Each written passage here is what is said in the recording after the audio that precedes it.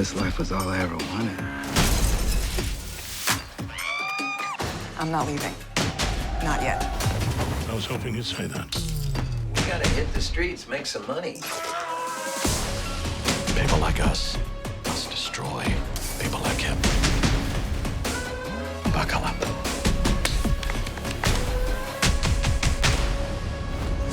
Get Showtime free at showtime.com.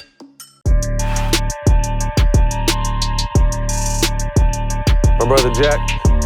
My guy, we back. Let's go. All the smoke. Just getting started, baby. Just getting started. Welcome back to a special quarantine edition of All the Smoke. Jack, what's up, bro? My brother, how you doing out there, man? Hey, I'm starting to lose my mind in here, man. What you doing? Is it happening? I'm good, man. To be honest, like I said, I love it, man. I love to be able to sit and kick it with the boys. I just had all three boys last week, and although it's crazy because I'm at a point where I love having them, but by the end of the week, twins and a little man running everywhere, I'm drained. So as soon as those motherfuckers leave on Monday, I'm like, yes. But then as soon as they leave and I go lay on my bed, I'm like, damn, where my homies at? You know what I mean? So it's like that. So now I already miss them, but it's good, man. I'm happy we still being able to shoot the show. That's been a blessing. Everybody's really been fucking with what we're doing. Yeah, that's the best part. A lot of people saying we've been saving them, but y'all just don't know. This show is saving us, too. Having been able to continue to do what we got to do and get this content. It's been a blessing for everybody, so let's keep this thing rocking. And I was also complimenting you on your your grate on your beard is looking spectacular. I thought you had some product in there. You said that's just natural? That's all natural, bro. That's why something wrong. How's my facial hair better than my actual hair on my head? I don't know how that works. It's tough. Appreciate that. That's the first compliment you gave me on the show, too. Yeah, no problem, man, because my shit be fine. I low-key get jealous because I can't really grow shit. I look like people say I look like a dirty Mexican when my shit start growing in patches and thick right here. What the dude say last night? What he called my shit? He said you look like the captain of the Budapest soccer team. And we was on Baron Davis. Shout out Baron Davis. Happy birthday, bro. We was on his live. We was on his Zoom party last night. He had these motherfucking comedians, bro. When I tell you, everybody that came in the chat, they roasted, but no one had any idea what was going on. So I was one of the last motherfuckers to come on the chat, and I got like 3 niggas just shooting at me. I'm like, I didn't even know what to do. I just got rid of my kids. I'm ready to smoke and relax. I just got these motherfuckers coming at me left and right. I'm like, who the fuck are these niggas? I'm gonna slap one of them. It happened to all of us. It happened to all of us. But they was on us. That shit. And Monte, remember, they was talking about Monte's edge up, and Monte go play with somebody else. Hey, man, find somebody else to play with. Find somebody else to play with. But anyway, man, we got a special guest. Someone that I fuck with a lot because I see a lot of myself in him. I see a lot of Steven Jackson in him. I tell people our We Believe team all embodied our next guest's mentality, hunger, focus, desire, fight. Can play in any era. Right, just a motherfucking dog. I'd like to introduce my homeboy, our homeboy, Draymond Green. Welcome to the program, my brother. Welcome to the show, Man, DG. Appreciate it, fellas. I appreciate y'all having me. I've been looking forward to this for since Matt, you first told me about the idea. I told you like, yo, I'm coming on. So I've been looking forward to this, and obviously, as y'all spoke on, time's crazy now. So I appreciate this, man. We know you got some shit to get off your chest, and this is the place to do it, my brother. Absolutely. I'm bringing the smoke. Hey, first and foremost. Hey, but anyway, man, how are you and your family holding up during this time? Man, we've been good, man. It's honestly been it's been great for me, as both of y'all know. We're always on the road, and you never really get to see everything that's going on at home, from the way your spouse or fiance, in my case, is holding the home down, the way the kids are interacting in the home or what they're doing. You just never really get to see as much as I've been able to. So, it's been great just being able to spend that time with her and the kids, and really being here all day, every day. It's been a blessing for me. Yeah, I kind of, equate it to just kind of getting off our hamster wheel. I see, especially as a player, we were all players, but we're just always on our hamster. We don't take time to smell the roses, look at the view, chill out, get to see every step with our kid. And like I said, unfortunately, through this pandemic, you know, Jack and I have similar schedules as when we played, and we can all agree the worst part about playing is always having to be gone and traveling. Right. So we're always coast to coast working and shit. So I just got a chance to just, like we were talking about before, sit down, play with the twins, play with my little man, just things we can not necessarily take for granted, but we're just always on the go. We don't get a chance to enjoy that. Absolutely. Being able to enjoy that. And then for me, you know, I just moved to San Francisco a few months ago. Like I was telling someone, I never even realized how beautiful this city was. You know, we always, you know, I wake up, I'm driving to the gym. And so it's always about like getting up and getting to the gym. Like, how can I get around traffic? I'm going to take this street as opposed to that one just so I can get there faster. It's like we always running that rat race and never really just take time to sit back and look. So, you know, from that aspect, and then just being home with my family and actually being able to raise your kids the way you want to and like see everything, man, it's been cool. Obviously, you didn't want it to happen under these circumstances, but you know, everything happened for a reason, and you know, there's been a blessing in disguise just being able to spend this time. Luckily, before we went into the quarantine situation, your fiance was able to throw you a dope ass 30th birthday out here in LA. I got to pull up. A lot of other people pulled up. Talk to us about being 30 now, man. Man, it's dope as hell. You know, just, you know, continuing to grow into who I want to become as a man. You know, I don't think I'm there yet. I think there's a lot of room for growth. But, you know, coming into 30, that kind of that other side of things, she threw a dope-ass party. I've been talking to a lot of people. Like, that was kind of our last day outside. You know, for real, no bullshit. You know, because I was starting to think like, who was there from the league? I have to hear if any of these motherfuckers that was at the party got it. God damn it, because I was, you know what I mean? Because there was a lot. You know, Braun was there, Boogie was there, a lot of dudes. A great Martin theme. Like this shit was dope. Jack had candy to eat everywhere. If you're a cannabis smoker, they had a little area for you. Had some dope ass performances. Like, man, this shit was live, and it was like you said, it was right before lockdown. Yeah, it was dope, man. I enjoyed that. She did her thing on that one for sure. Man, you just hit me with some big words a few minutes ago. I don't know what the fuck you just said. Big words as far as what? You said something about, I don't equate or some shit. I'm thinking, equate? I'm like, what the fuck this nigga talking about? Equate, nigga. I've been trying to get my education during this lockdown, you dig? Man, you fucked your boy up with that. You fucked me up with that one, bro. So what has social distancing been like? Obviously, we went to a point where, actually, let me rephrase that. You guys were supposed to be the first team to play with no fans, and that wasn't even a regulation from the league. That was from the city of San Francisco. So what were the thoughts of your team? What were you guys talking about in the locker room? Like, damn, like, we know how important fans are to the game, to have to be the first team to play without them. What were you guys thinking during that process? I mean, it was kind of a shocker at first. You know, we had a meet with Rick Wells and Bob Myers, and they was kind of telling us, you know, just keeping us up to date. And they were telling us like, yo, it's a possibility that we're going to play with no fans tomorrow. Then they called another meeting, and they said, like, we're 100% not going to have fans. And so we kind of went from, you know, not having fans to, in a matter of finding out we weren't going to have fans in a matter of like 8 hours, to then finding out that the season was canceled. But our mindset going into that game, I actually had got Shabazz, one of my homeboys, DJ, to make a dope-ass playlist, like a dope-ass hip-hop playlist and then a dope-ass top 40 playlist. You know what I'm saying? We got to incorporate everybody into it to play during the game, because it was just gonna be like open gym, like you out there hooping. Oh, so y'all was gonna try to have music playing during the game? Yeah, they would like they told me to get the playlist and submit it. So I had got the playlist and I was just finna submit it, and then I was sitting on the couch watching TV, and shit, the season got canceled. I think a lot of people. That's when they took it serious. I was in New York.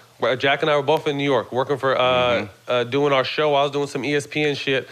And when the NBA canceled the season, that's when it was like, oh shit. I was nervous flying. I wasn't nervous flying there, but when I left that day that everything went down, that the season was canceled, I was nervous like, damn, I'm on this motherfucking flight. I got kids. Like when Adam Silver in the NBA shut it down, knowing how big of a business it is and how we lead the way in a lot of different areas, when they shut it down, I was like, oh shit, this shit just got real. Absolutely, man. That was crazy. It was kind of that first domino to fall. You know what I'm saying? Once that first domino fell, then all the dominoes started falling. But you know, when I sit back, obviously we done had a bunch of time to think, and you just sit back and really look. Like the NBA postponed the season, and it feel like the whole world stopped. You know, and for me, I've just been looking at it from a standpoint of like how much power we have as a league, how much power we have as players. Like to postpone our season and the whole world stop. That's a big deal. It's huge. Yeah, that's real big. But to pivot back a little bit, me knowing you, I know how much you love the game. We very similar. Our games are very similar. Every time I hear people talk about, like Greg Popovich and Steve Kerr talk about championship teams, they always mention my name and your name. You got to have a guy like that. Me knowing that you want to win, not having Steph, not having Klay, the challenges before the season was stopped, the challenges of going through the season. Tell me what that was like going through that. Honestly, for me, you know, as someone like yourself, I've won my entire career. You know what I'm saying? Like not just as an NBA player, like, you know, as a basketball player.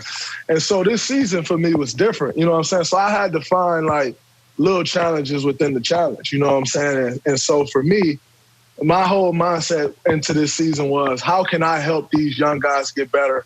How can I help them improve? How can I help get these guys set up to make the money they want to make in this league? And so that was kind of my focus. Like, you know, I can go out and try to score 20 a game. Like, that's what the world wanted me to do. I really didn't give a fuck. You know what I'm saying? Like, that ain't me. That's not who I'm going to be for this team. So just because the world want me to go try to do that, like, I'm not going to do that. I'm going to be who I am and try to help these young guys. If we win, great. If we don't, who fucking cares? Like, all right, we don't win for a year. It is what it is. So my whole focus was just trying to be a mentor and teach these young guys, you know, because for me, like, I'm in year 8. But we've won a lot, and so it seemed like I've been in the league forever. But I'm not. You know, I've had like Matt, I've had Jermaine O'Neal, Jared Jack, David West, Zaza Pachulia, Sean, Andre. I've always kind of been, you know, I've been a leader on the team, but I've always kind of been the leader of like the little brother that, yeah, you got leadership, you know, capabilities, and you are a great leader, but you're the little brother that still got an attitude problem, like. And so I get mad at times and like fucking go off. And then like one of them guys is like, all right, shut up. You good now? And like get back in place. Yeah. I always had that guy. And now all of a sudden I was kind of that guy. And it was weird as fuck for me starting this season. Weird as hell. I went from like the young guy to like the vet, like the super vet on the team. The OG. Yeah, you the OG now. Yeah, it was weird as shit. What a bunch of, but even with that said, like you said, you came in it with that mindset and focus, and you guys have found some hidden gems. Not hidden necessarily, but some gems. And I like Poole a lot. I like Pascal a lot. And I think the way I was looking at it as, you guys had a dynasty. There's no ifs, ands, or buts about it. You guys played the most basketball probably over a 5-year span. Klay and Steph happened to go down. You know what I mean? So to me, looking at him like, damn, Dre's going to have to go. And I want you to get into, because I know, to keep it real, the shit was tough at times. I would watch games where you get kicked out, and I know it's just frustration from other things adding up. But as an outside looking in, I'm just like, your two superstars are getting a rest. You got one of your superstars left, and he's the best mentor / coach on the floor, so he's going to develop these dudes. I didn't really see you guys doing that well. I think at the beginning of the season, we had you guys hovering around 8, considering all factors. They happen to get a lottery pick. They're well rested, and next season they're going to be right back in the hunt. You know, you have now you have players you've developed with talent, so you could possibly put them in a trade deal with the lottery pick. You got Steph and Klay as the foundation. You still got some good young talent. You guys could trade and get a superstar or draft one of these up-and-coming stars and be right back in the mix. First of all, tell me about the roller coaster it's really been as far as the frustration, because like I said, we both know how motherfucking passionate you are, and losing is losing. And now motherfuckers want to kick you in particular while you guys are down. Yeah, for me, it was definitely tough losing. Like I'm going into it with the mindset of, I'm going to help these young guys and do this. But I'm a competitor, you know what I'm saying? Like, right. I hate losing. Fuck winning. Like, I just hate losing. And so, there was times where, like, the mindset of, all right, I'm cool, I'm going to just develop these young guys as a competitor, you forget that. You know what I'm saying? Because at the end of the day, I'm just trying not to lose. And, I've obviously grown accustomed to a style of play and excellence, you know what I'm saying, at all levels. Mm-hmm. And so, certain standard. Exactly. And so that was, that it was tough at times for me, where like I just get frustrated, you know what I'm saying, or pissed off with, at some time, trying to find that balance of getting frustrated and pissed off and teaching these young guys, but then also when is enough and you need to learn this, you know what I'm saying? And so that was a bit frustrating for me. And then also, I've been on the best team in the world for the last 5 years. And so you grow accustomed to that. And I remember like sorry ass teams always saying to us like, yo, y'all get like calls like a motherfucker. And I'm like, yo, we really don't get no calls. But now being on a sorry ass team this year, I saw exactly what they was talking about. Like it was almost at times like referees was kind of like their opportunity to get back. You know what I'm saying? And right, so, I'm trying to tell you. And like then they'll start talking to you like you're a little ass boy. And so a lot of those texts I got was just like, yo, like, nigga, I'm still Draymond Green. Fuck out of here. Like I'm you still ain't talking to me. Yeah, you ain't talking to me like that. Yeah, you ain't gonna treat me like I'm some young nigga out here. And so that was kind of that was where a lot of those texts came from. Was just I felt like it was a lot of blatant disrespect. Yeah. There's no question.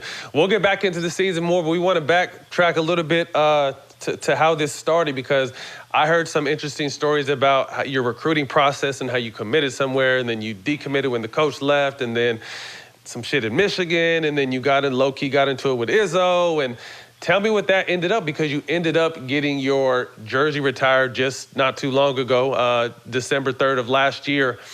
Tell me about the recruiting process, and then we'll finally get to what the honor it was to see your jersey hung in the rafters at Michigan State. So the recruiting process for me was different. A lot like the NBA for me, honestly, where, I'm coming up in Saginaw, and we had a guy who was 6'10" named Josh Southern. And we had a guy named Larry Wright Larry's about 6'3", wing, could shoot the fuck out of it, was athletic. And so that was my sophomore year. And like you'd have all the coaches in the country coming in to see those guys. Josh ended up going to Boston College. Larry went to St. John's. And but you had Tubby Smith, Tom Izzo, like all the coaches in the country coming through the Auburn gyms. And I'm just young. I'm 9th going into 10th grade. I'm out there rocking. And like my high school coach would tell me like, yo, these coaches are coming to see Josh and Larry. And Izzo even told me this before, but they'll leave talking about you. But at the time I'm still 6'5", I'm undersized, playing the 4. And so I would kind of just get I started getting offers from mid-majors, and people, you see the write-ups and stuff like, oh, he's a mid-major player at best and all of this. Then my junior year, I lost some weight, I got more athletic, and I really started rocking. My junior year ended up being my best year of high school, because my senior year, my ankle was fucked up. I was fat as hell. And so I always wanted to go to Michigan State since I was a kid. My aunt went there. She was the #1 player in the country. In like 89, that time, she went there, and I used to go up as a little kid, and I was scared of Sparty. But I always used to tell my mama, like, I'm gonna go to Michigan State. I was the little badass kid, scared of Sparty, scared of Chuck E. Cheese. I was scared of everything. And I used to always tell them, though, I'm gonna go to Michigan State. You know what I'm saying? And then when I got to high school, Coach Izzo kind of offered me, but didn't. I committed thinking I'm committed, but they weren't really honoring it. So it's like, I felt like they was kind of teetering that line and like keeping me at bay, but not going too far with me. And so I went down to Kentucky my junior year, and they were playing Florida. And this is when Joe Kim Noah and them was there. Like that bitch was rocking. Winning championships, yeah. College Game Day was there. They won back-to-back, I think. Yeah. Yep. And so College Game Day was there. We walk in Rupp Arena, And, like, I'm standing next to my assistant coach, my head coach of high school, and, like, we're literally this close to each other and got to scream in each other ear to ear. I'm like, yo, this shit live. So, you know, we go on, we watch the game that night. Florida ended up winning. Then we stay over. We meet with Tubby earlier that day, and they offered me. I'm like, yo, this is where I want to be. So I committed. My mom didn't even know. Shit. She had no idea. She had never met Tubby or nothing. So I get back home. We drive back home that Sunday evening. I get home. My mom was always on the blogs, just like she on fucking Twitter now. And and so when I get home, like maybe Wednesday, Thursday, it started hitting the blogs like Draymond Green committed to Kentucky. Now, mind you, I still didn't tell my mom. So Are you thinking about this though? Like, damn, I need to tell her I need this, or you're trying to hide it? I'm trying to hide it. Like, she never gonna find out until it's time for me to go. So I get home like that Thursday. Little did you know. Yeah. And she's standing there like waiting on me like, you did what? Like, and I'm like, huh? She showed me the computer like, you committed to Kentucky? And she fucking went crazy. Like, how dare you do that? You never fucking talked to me about it, this, that, and the other. Like, Lou, who's my high school coach, they don't fucking run you. I'm your fucking mom, all this stuff. And I'm just like, whoa. So for all me, facts. It's like the happiest time of my life. You feel me? Like, I'm committed to Kentucky. But she's fucking grilling me. So like a week and a half later, she drive down and go to a game by herself with my father. They met down there, went to the game, and she came back and she was in tears. And she was like, yo, I'm not happy that you did that without me, but I see like why you committed it. It's fucking amazing down there, and I'm happy for you.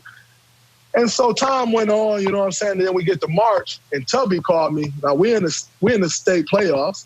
We end up winning the championship, but Tubby called me and he said, hey, I wanted to call you and let you know that I'm gonna be leaving Kentucky tomorrow, and I'm gonna go coach at Minnesota. But I wanted to call you first and let you know that, and not find out on blogs.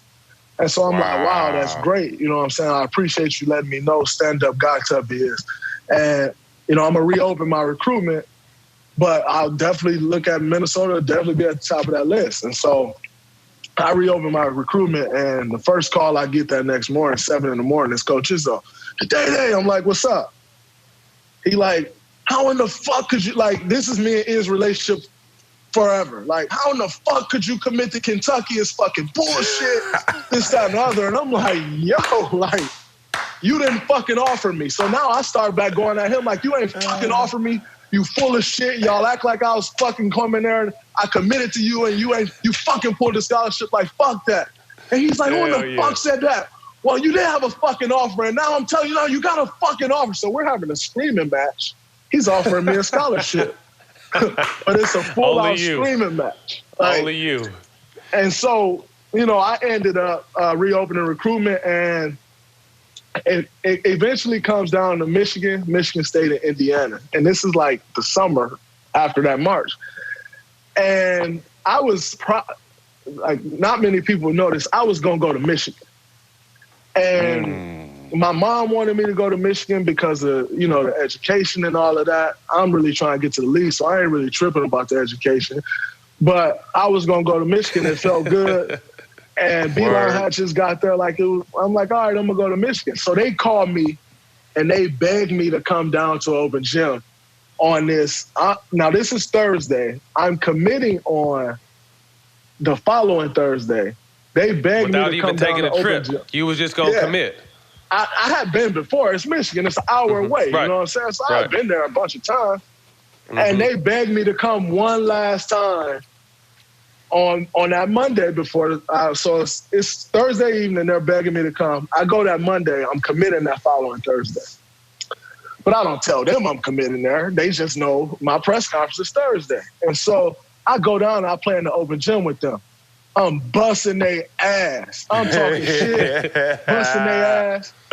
And, like, nobody talking back. Like, that time, Manny Fresh was there. Petey was there. Petey ain't a big talker, you know what I'm saying? Petey from Detroit. Manny not a big talker. They real niggas, but they ain't big talkers. And then, like, the rest, like, Kelvin Grady was cool, but, like, there was a lot of squares on the team. And so I'm busting their ass and talking shit. And, like, nobody's saying nothing back. but I'll go to Michigan State and I'm talking shit and like Travis Walton trying to fight me and like everybody trying to fight. And I'm like, yeah, that's me. You know what I'm saying? Like everybody talking shit. We about to fight in this open gym. That's more me than fucking talking and everybody just looking at me. And Michigan State just felt more at home for me. But had Michigan left my ass at home and not fucking called me down there that Monday, I would have went to Michigan. Crazy. And, you know, Michigan State ended up being the best decision of my life. Like, my freshman year, I was trying to transfer because I wasn't getting the clock I wanted.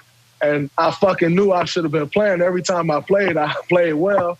But I had Delvon Rowe in front of me, who was the top 5 recruit at my position in the same class with me. And then I had some seniors ahead of me, but I earned my minutes. But we played at Ohio State once that year. And I ain't played. That was the only game I didn't play at all. But I ain't play at all. I called my mom crying on the bus, like, you got to get me the fuck out of here. And she told me, like, you made your bed, you got to lay in. And so I just kind of locked back in. I ended up playing great through the tournament. And then shit, the rest of my career, I just got better and better. And the rest is history. But that shit, it was a roller coaster ride for sure. To think all that culminated with you getting your jersey retired last December. Explain to us the energy and the honor you felt during that process. So funny because Coach Izzo wanted to retire my jersey in 2016. And I don't know, I mean, I'll remind you, but 2016 was a very rough year for me. I got suspended from Game 5 of the finals. And then about 3 weeks later, I slapped the shit out of a guy at Michigan State and I got arrested. And then about 2.5 weeks later, I fucking had a Snapchat incident. And so like all of that shit happened within like bang, bang, bang. Like 6 weeks. And so it was like the roughest 6 weeks of my life. But so Coach Izzo had called me, after I got arrested, couple months later. And obviously I was talking to him all through that. But a couple months later, he like, yo, I want to retire your jersey here. And I'm like, Coach, fuck that place. I'm never coming back there. Like the guy fucking charged me and shit and I slap him and I get arrested there and he charged me. I'm never fucking coming back to East Lansing. And so I kind of said no in 2016, just being kind of a hothead and not fucking understanding the honor. And then Coach told me, like last September, like, yo, you need to fucking pick a date. I'm retiring the jersey. And we end up finding a date that worked perfect. We was on the East Coast. And man, to go there and like I was like, oh, I'm not going to tear up. You know what I'm saying? A tough guy and shit. And like, I'll be fine. I ain't going to get emotional. But like when I went out there on that court at halftime with my family there, with my kids there, and like to see my fucking jersey going in the rafters, like I think I'm the 10th one. Like that's there forever. And, it was a big deal for me to like have my name in the weight room and my picture and shit. But like to get my jersey up there, like I paid for the weight room. But to get, like I worked for that fucking jersey to get up there. A lot of motherfuckers will never see that, man. Facts. But I worked my ass off to get my jersey up there. Like motherfuckers told me I was stupid for going to Michigan State and that I would never play there. And like to see my jersey up there, like my kids walk in that gym, anybody walk in that gym, my shit up there, and like people like still send me videos, like when they go to the Braves and watch a game or like the jersey up there, that shit is surreal. Like I'm from Saginaw, Michigan. Like that shit don't happen for us. Right. Yeah. That's dope. Congratulations. Reflect real quick. Congratulations on that. Reflect on this last decade from you. You touched on the college experience. You ended up being a college All-American, second-round draft pick to the Warriors. You guys helped build something special. You win 3 titles, Defensive Player of the Year, All-Star, Bad Boy of the League. This last 10 years has been a hell of a run for you. How do you just sit back and kind of reflect on it now that you have time to reflect on it?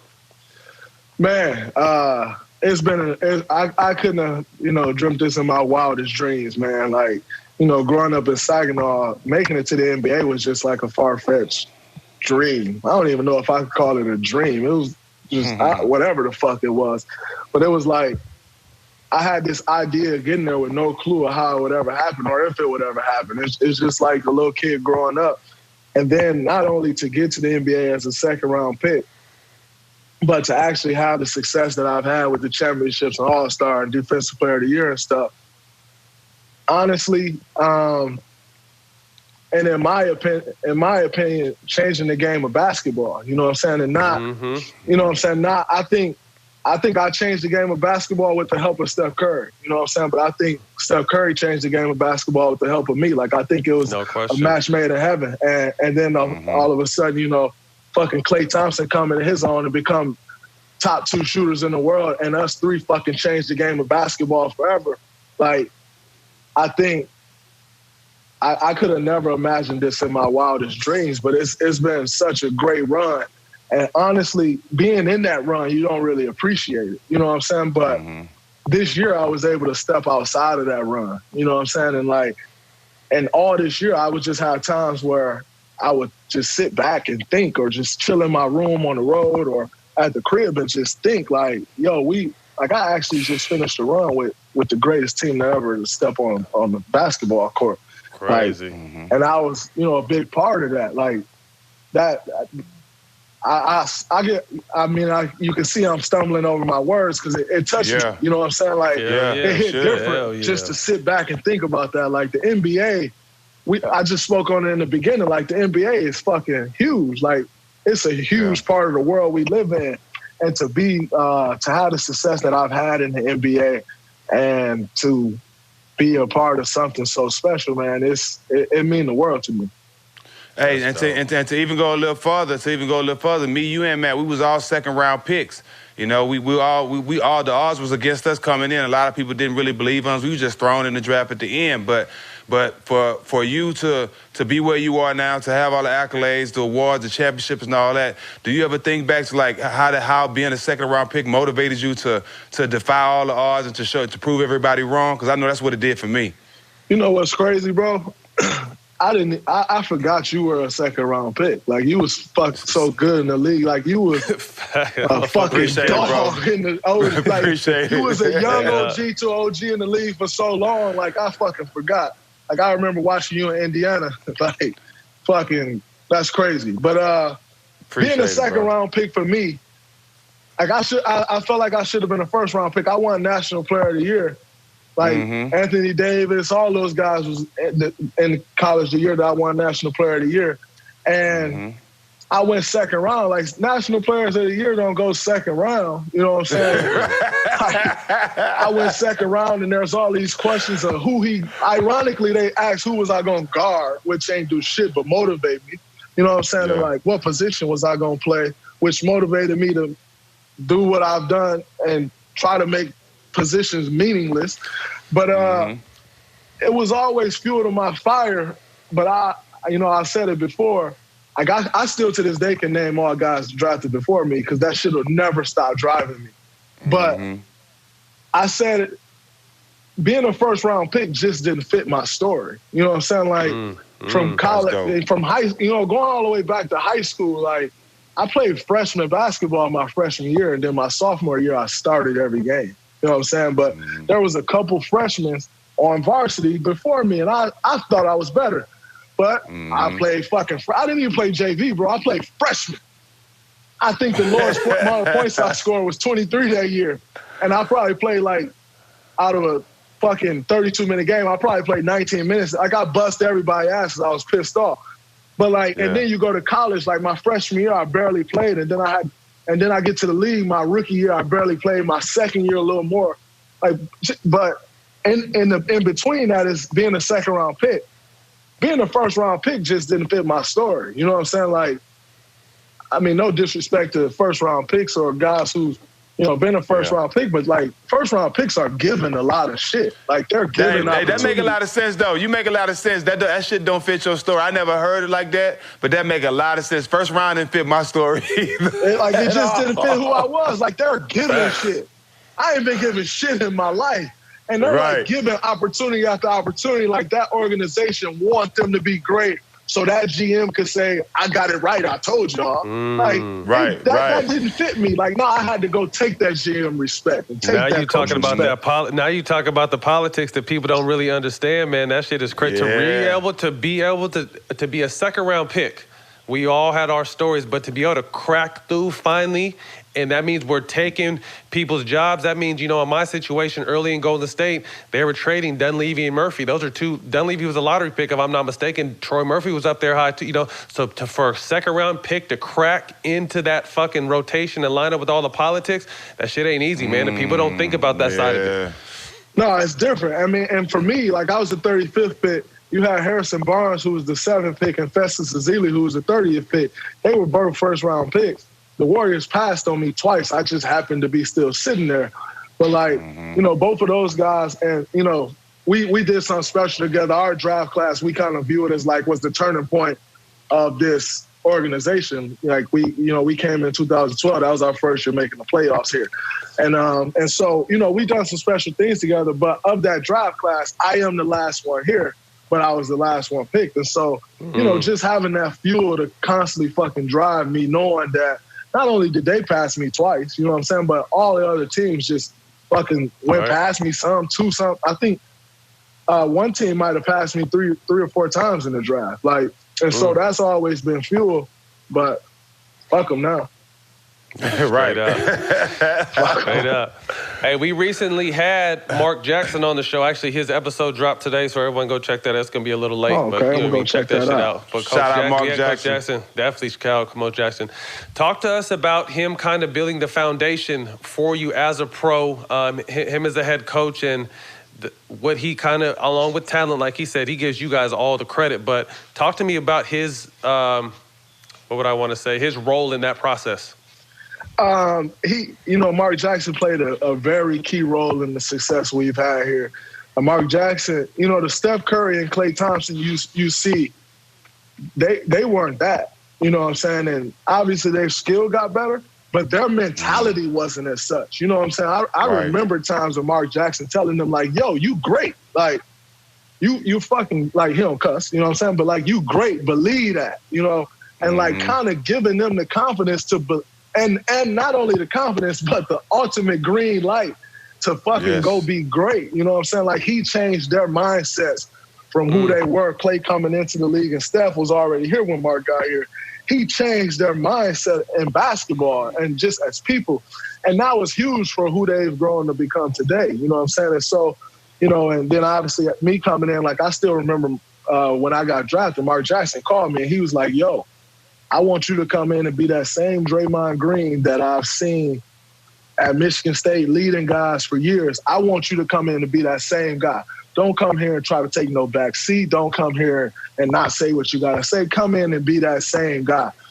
So Mark Jackson instilled confidence in us, and then obviously, a couple years, my first 2 years he was here, we went to the playoffs and he got fired, and it was kind of fucked up, because it was just damn, this guy is helping us reach new heights, and then he got out of there.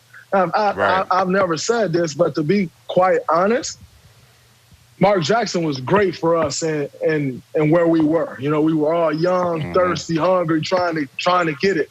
I think Mark Jackson was great for us. Do we get to the next level with Mark Jackson? I'm not sure. I mean, you can't just say no because we don't know the answer, but I can't just say yes either. And, for several different reasons.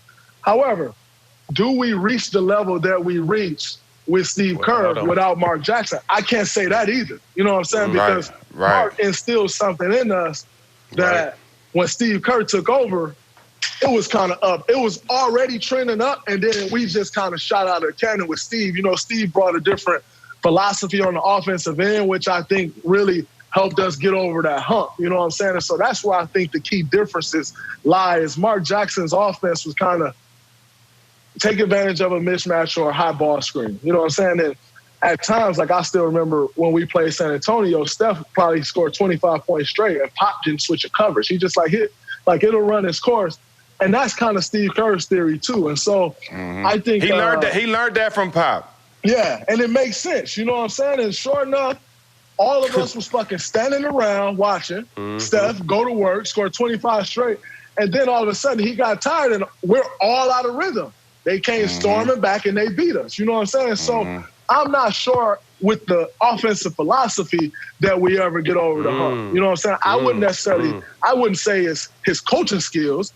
His offensive philosophy was just different. And Steve Kerr brought in an offensive philosophy that really fitted us great. And it really opened up a lot for, Steph and Klay was already scoring, but it opened up the floor for them as well. And so, I think we kind of got, we never know what would have happened with Mark, and we don't know if Steve was here. We'll never know that. But it fucking worked out perfect. And I think, both of those guys deserve credit for a lot of fucking credit for what we've been able to do. Hey, with Mark Jackson, though, I think like with Mark, he has an unbelievable basketball mind, dog. Actually playing the game and just being a point guard and playing with so many good players and knowing how to control the game. But I think when Steve came in, Steve brought that championship mentality. Steve got rings in a lot of different places, man. I don't care what people say. Steve got a lot of experience and a lot of rings. I won one with him. So and I know his basketball mind. People got to think, and this is what I always give Steve his props. This is why I know he's a great coach on how he thinks. Steve was in situations where he didn't play whole series, but he'll come in Game 6, championship game, and knock down 4 threes and didn't even play the whole game. So his mindset, they both are great minds, but Steve's mindset was a little different, and that's why the team was able to grow. And it's not a knock against Mark. It's just how things happen. Absolutely. Absolutely. That's a great way to put it. I agree with that 100%. And obviously, when Steve got here was obviously when my career really took off. You know what I'm saying? So I'm appreciative of what he bought. You know what I'm saying? Me and Steve used to bump heads a whole lot at first.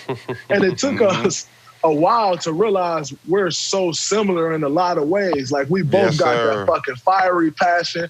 We both gonna do whatever we gotta do for the team, but can lose it in the fucking instant, right?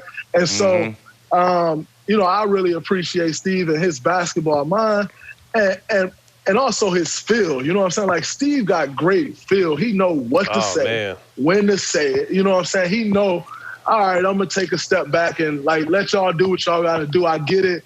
It's been fucking 6 months of the season. Let me take a step back and let y'all coach the game against Phoenix. I ain't saying a word. Just different stuff let me ask you this, Dre. Let me ask you this, because I've been in this situation. How many times you come out the game going crazy and he sent Mike Brown down there? All the time. Mike Brown come down there. Mike Brown tell me all the time, like, Dre, I don't give a fuck what you gonna say. You can say whatever you gotta say to me. I'm cool. But he always sent Mike Brown down there to come calm me down.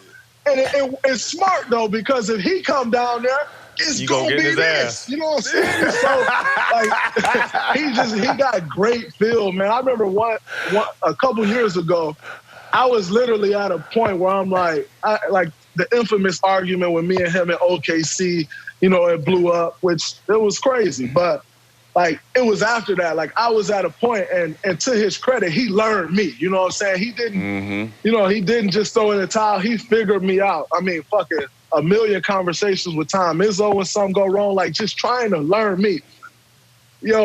I was at a point where I'm like, I'm about, if he say one more thing to me, I'm about to fucking lose it on him. He wrote me a 4. He didn't say nothing. I'm dying for him to say something so I can fucking go. He ain't say a word. He wrote me a 4-page letter, bro. Oh, he Aaliyah'd you, huh? To this day, I can't tell you what the letter said. I read the first fucking line. And it said, Draymond, I wanted to write you this letter. I know, things are rough right now, and, we're kind of bumping heads right now, and we're at a standstill, and you're frustrated, and it's starting to boil over. I closed the letter up and threw it away. I said, he know me. He got me figured out, and he took his time to figure me out. I don't need to see anything else. And we were in Philly. I'll never forget. And so that next game, we played that next day, and I had literally talked to Coach Izzo on the phone. I'm like, Coach, I'm about to fucking lose it. I'm fucking sick of Steve, this, that, and the other. And he's talking to me, and after I talked to Coach Izzo, I had the letter for a few days. I didn't open it. After I talked to Coach Izzo, I opened the letter. I read the first line. I just threw it away. I can't tell you what the rest of it said.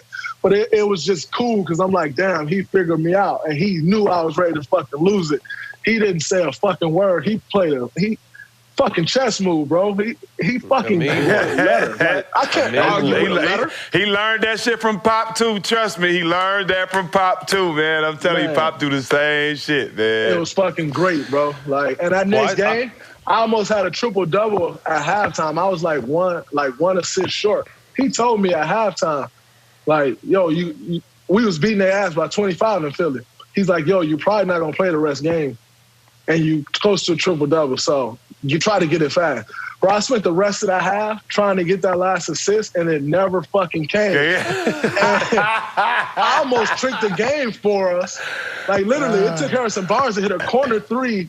We was down 2. Harrison Barnes hit a corner 3 to win the game for us at the end because I'm trying to chase a triple-double. He came to me after the game. He said, yo, I probably shouldn't have said nothing to you about that triple-double because the way you was playing completely changed. But he said, what I will tell you is the first 3 plays on the court, I looked at my coaches and I said, Draymond back. Like, I can see the difference in your play the first 3 plays of the game. And so, like, a lot of credit to Steve, man. He really figured me out and been getting the most out of me as a player. But that relationship, what I try to tell people, because I always on the outside looking in, and Jack and I are the same. You are just like us, having an understanding, and then when I got there to see that I was right, like, you make that whole organization go. You make, I mean, obviously Steph and Klay and KD and whoever the people who have helped you obtain the success you have, but that team doesn't win one championship without you. I don't even know if Klay, Steph, and this is going out, and KD alone could win a championship because there's so many things you do. First of all, they don't show up on the stat sheet. You'll go out there and get a triple-double, you'll kill. You'll get a triple-double without even getting 10 points. There's so many different things. Lock up the best player. Lock up a whole defense. You know what I mean? This motherfucker will hold a whole, at 6'5", hold the whole entire defense down. But even the stuff off the court, how you mentally challenge the coaches, how you mentally challenge the training staff, how you mentally challenge management, like it's like a beautiful mind. And it's crazy because I saw it, and then when I was fortunate enough to come fuck with you guys, and you guys got me a championship when I didn't have to do shit, appreciate y'all, I got to see what I kind of always thought. Like, Draymond hand is in all aspects of this organization, and on the outside, people don't understand that because they look at you, or he can only play with them, he can only do this, he can only do that. Your teammates, Steph and Klay, KD, those guys, other guys you play with, Andre, Sean, and in that organization, the way they've handsomely rewarded you with 2 nice contracts, understand how important you are, not only to the success on the court, but just the overall view of how the Golden State Warriors are viewed. And I just wanted to let you know that because, like I said, I thought it a long time ago, and I got to see it firsthand, and it was a beautiful thing, man. And you're just, like I said, you like me and Jack. Your heart is on your sleeve, so you're going to say there's no sugarcoating nothing. And sometimes we're like, fuck, well, maybe we shouldn't have said that, but we truly felt it at that time, and it needed to be said. But to be able to see it person, I just want to say I love that shit, man. And it's really a hats off to you because not a lot of people get to understand and see that. Man, I appreciate that, bro. And you definitely did something when you came here. I mean, even your mindset coming in here, like, you know, like it brought a different mindset to this team because, you know, like Steph and Klay, there's no surprise. They don't say much. You know, Steph talk a little more now, Klay talk a little more now, but that's come with time. But they, you know, to their core, they don't say much. You know what I'm saying? And so just really adding another guy who just, like, obviously you came in and you played good for us in big games, for sure. But just, and I think one of the things that really hurt you, even in here, like, obviously you got the ring and all of that, and you played in some big games in the playoffs too. But when you went down at the end of the season, it kind of set you back some, you know what I'm saying? But, you know, that's all fine and dandy. You came in here, you helped us get a championship. But, you know, I think a lot of people, you know, I hear that all the time, like, oh, you ain't shit without Steph and Klay or KD, like 3 All-Stars. Like, I can dig that. Like, that's cool, you know what I'm saying? Yeah, them guys do make me a lot better, you know what I'm saying? But Tom Brady ain't winning championships with no receivers, you know what I'm saying? Like, you got to have good players around you. There's not, like Michael Jordan, one of the greatest, if not the, probably, I mean, arguably LeBron and all of that, like, greatest player we've ever seen, has Scottie Pippen. I've been watching old games. He had Dennis Rodman, too. Dennis Rodman, fucking Steve Kerr beats you out. Like, Michael Jordan had Ron Harper. Like, everybody got somebody. And so do Klay and Steph make me better? Of course. You know what I'm saying? Like, I'm not afraid to say that. I think, you know, the world I think so many people get pissed off that I am who I am. and I've had the success that I've had, but I don't do what they can see, which is score. You know what I'm saying? So many people that prototypical think they know basketball and don't know shit. You know what I'm saying? Like, sometimes I wish I played football because people enjoy football, but they know they don't know shit. You know what I'm saying? It's too much going on out there for them to think they know something. But in basketball, everybody think they fucking know the game. And, like, I know I'll run, when you're, like, talking basketball and, like, X's and O's, like, I'll fucking run circles around most people in this world. But, everybody got an opinion and think they know the fucking game. Like, Steph Curry do make me better. Like, Klay Thompson do make me better. And, like, I make them better. Because, by the way, you know, people talk all this shit about shooting and all of this. And I'll put this up against anybody. If not number one, I'm definitely top 2 or 3. I think I'm the best screen setter to ever play in the NBA. Like, and that's just real. Like, I'm a great defender, but I don't think there's anybody that ever fucking touched the NBA that can set better screens than me. I'm proud of that. Don't hit the stat sheet. You know what I'm saying? And so, but it's a lot of dumb fucks that don't even realize that. You know what I'm saying? How important that is, though, especially with the 2 guys, the 3 guys you mentioned in your heyday with KD, too. You're having some of the most prolific scorers we ever seen get free because of the screen. Like, the screen is so hard to navigate, and then you're motherfucking smart. You'll lean, you'll roll, you'll slip out early, you'll play mind games. They'll give you the ball, you'll give it right back to them, or you'll pass it to someone. Like, your mind of seeing, like, you see plays before they develop. Like I said, to me, you've always been that quarterback out there. You handle the ball more than anyone on that team. They can say whatever the fuck you want, but you are the primary decision maker no matter what the situation is. Like, you get Steph his shot. I mean, obviously, Steph can take his ISOs and Klay will get hot and KD did his thing. But from a day-to-day standpoint, you are the quarterback that gets everyone else going. Absolutely. And that's, you know, I take pride in that. You know what I'm saying? So to everybody out there who want to talk shit about this year, I really don't give a fuck because, in my opinion, I got better. You know what I'm saying? I got better as a player. I got better as a person and as a leader, and I became a better screener for sure. Because even learning the screen for D'Angelo Russell is completely different than learning the screen for Steph Curry and Klay Thompson. You know what I'm saying? And so just learning the screen for Jordan Poole. You know, like, I got better. You know, and like, that's going to make me even better for next year. So, you know, like, I appreciate everybody talking. I kind of needed, you know, them to relight that fire under my ass, but I'm definitely the best screener to ever play in the NBA. And they going to hate to hear that. They want me, you can't shoot, you can't do this. I'm the best fucking screener to ever play. As much as you done already, though, like, I know you got to continue to challenge yourself. Defensive Player of the Year, you got NBA titles, you got a gold medal, and I know you went through a lot of challenges, you know, going through before the season was ended with trying to mold the young guys. Like, what's your next challenge? Like, I know you coming back next year and try to get the team back to a championship is one, you know what I'm saying? But what's your personal challenge? You challenge yourself because you damn near done everything already. My personal challenge to myself is to, like, I think one year I shot like 38, 39% from 3. You know what I'm saying? Like, and so my personal challenge to myself is to get that back. And I've kind of had to, like, restructure my jump shot, you know what I'm saying? And kind of restructure my whole body. A few years ago, after we swept the Cavs in the finals, my hip was bothering me. And so the next day I couldn't really walk. Like, if we didn't sweep, I don't know if I would have been able to play in Game 5. And then, you know, the day after that, I couldn't move at all. Like, I got to the point where I was sitting on the couch with, like, my leg, like, opened up.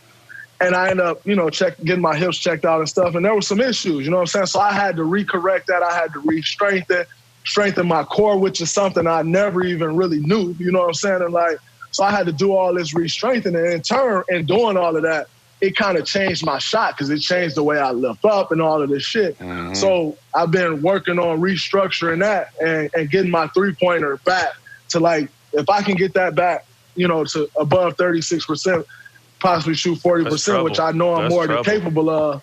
That is trouble. You know, the league is in trouble again if I can do that. So that's my goal, and to be an all-star again. You know what I'm saying? Like, it's honestly been dope as hell these last 2 All-Stars to go on a vacation with my kids and my fiance.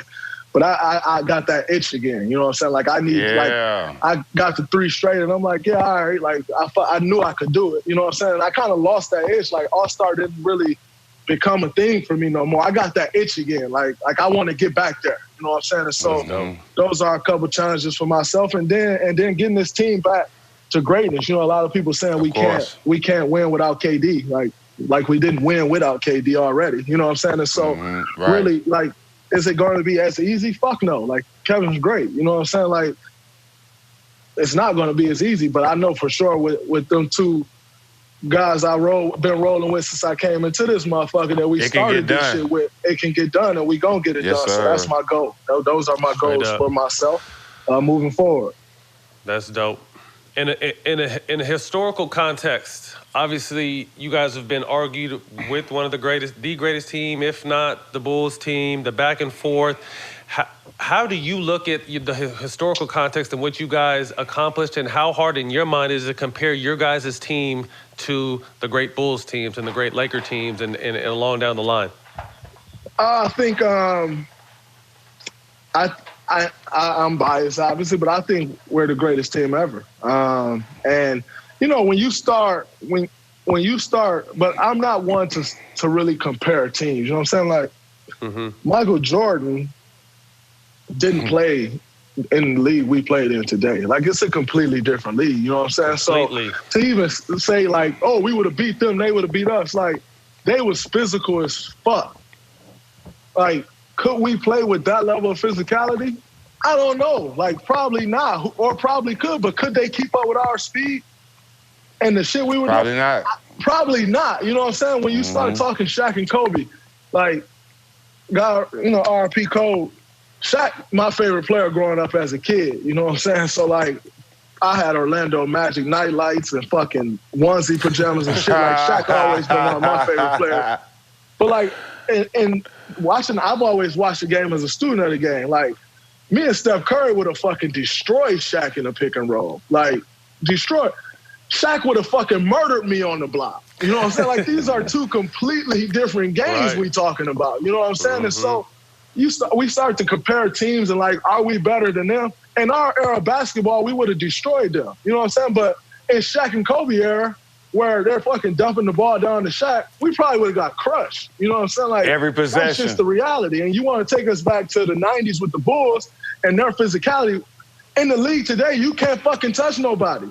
So to think that we could play at that level of physicality, like, it's bullshit. You know what I'm saying? Like, we don't know that because we don't play near that level of physicality. But they was fucking winning games 79-70. Right. Like, we scored 79 points in the first half. And so it's 2 completely different eras. And I respect everybody for their greatness in their era. Like, dominating and owning your era. And the Lakers did that. Fucking the Bulls did that. Like, and the Celtics back then, they did that. Like, I respect teams for dominating their area. And we've dominated our fucking era. Facts. All right. Favorite challenge defensively.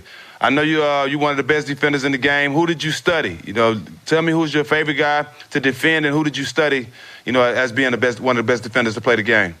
For me, you know, I used to study a lot of different guys. Like, I would study Charles Oakley and Dennis Rodman with, like, their size, you know, and then I would also study Kurt Thomas, you know, and how he guarded the post. Like, I think Kurt Thomas great is one, post defender.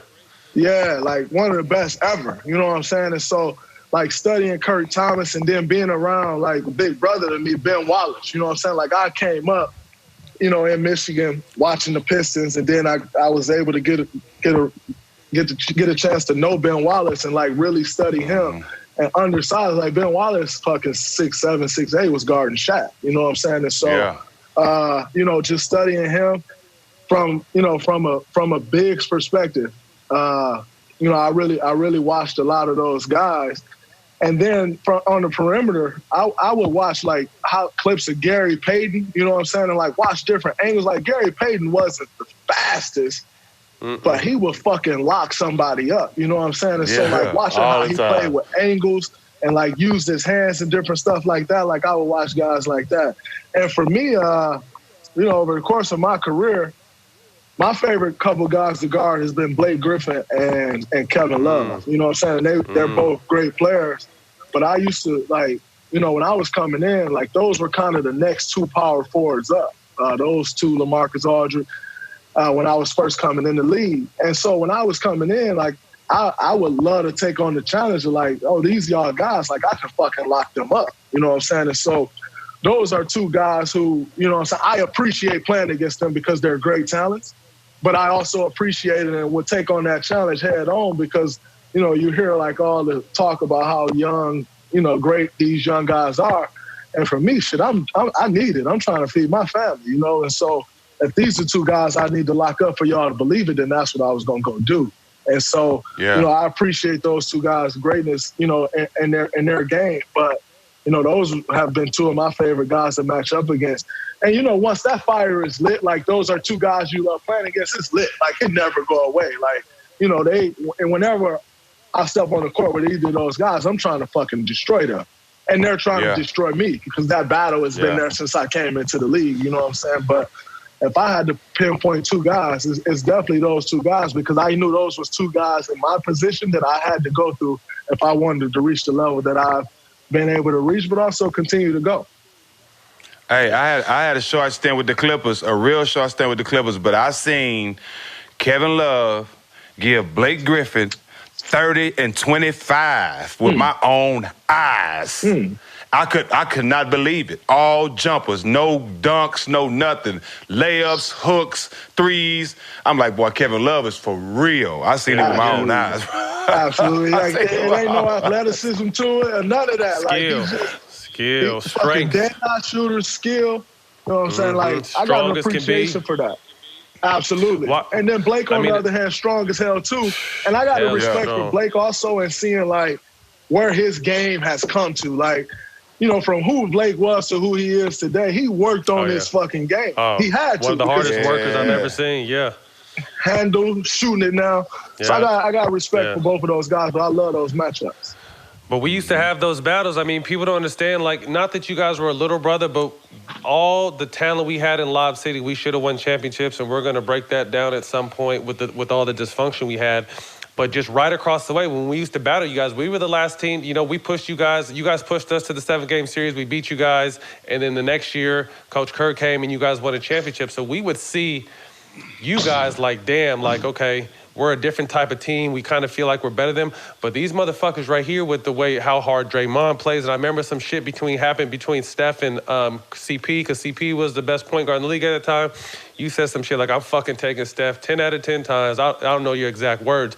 But we saw you guys coming and how much you guys fucked with each other, how excited you guys were when other people scored, and just the chemistry and the aura you guys had around your team. I'm like, these young motherfuckers are up next.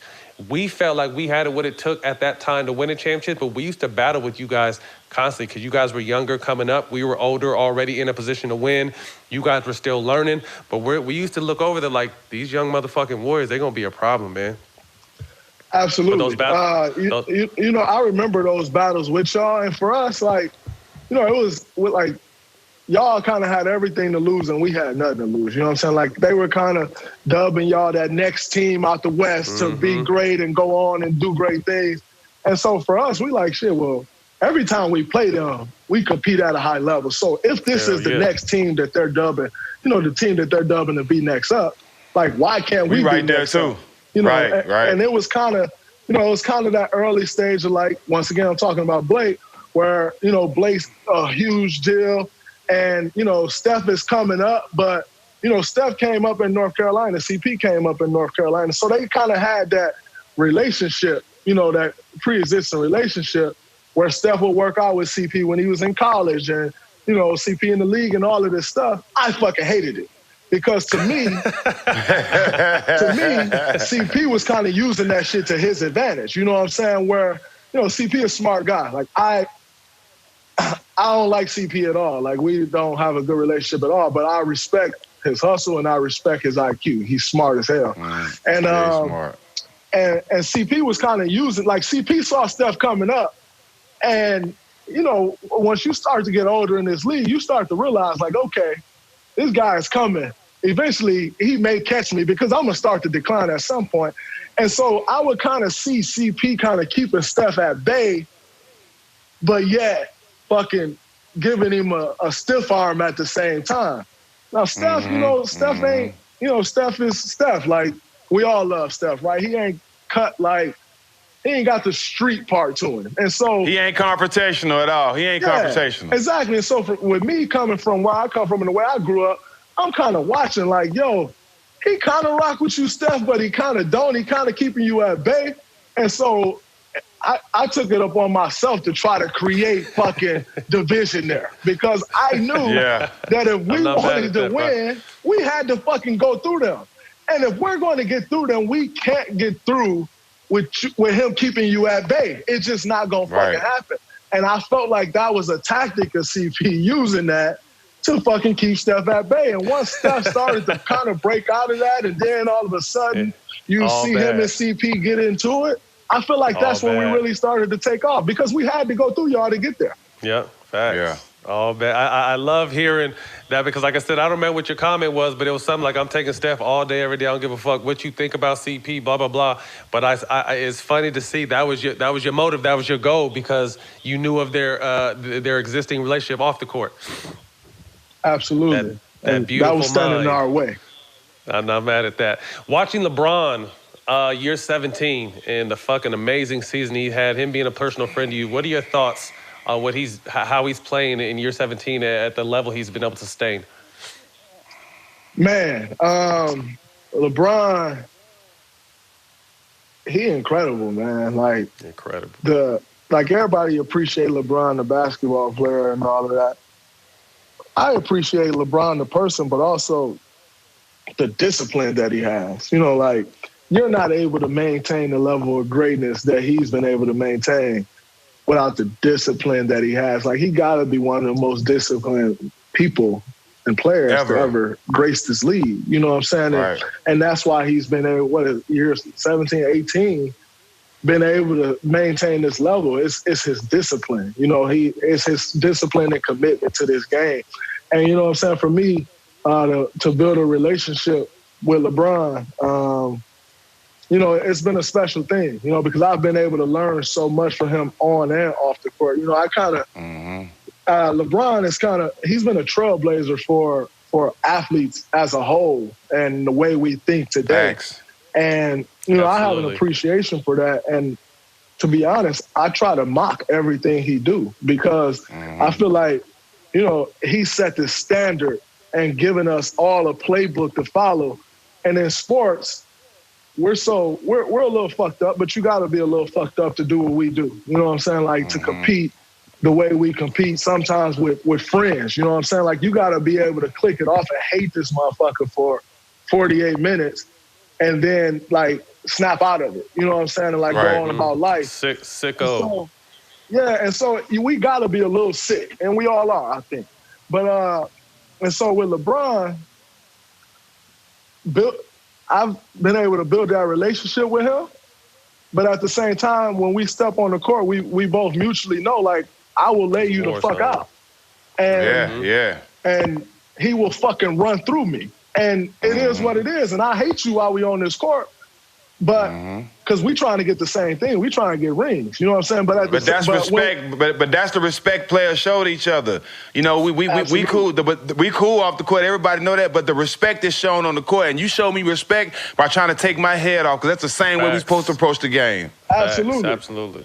And so for me, you know what I'm saying? Like, I'm going to try to take you out. But then off the court is love. And by the way, I'm trying. It's my hardest to go through your fucking playbook and steal it. Because in sports, as sick as we are to turn that off and on, we're also a little fucked up from the standpoint like, oh, this guy is doing that, but why would I go do that? I'm going to go do this.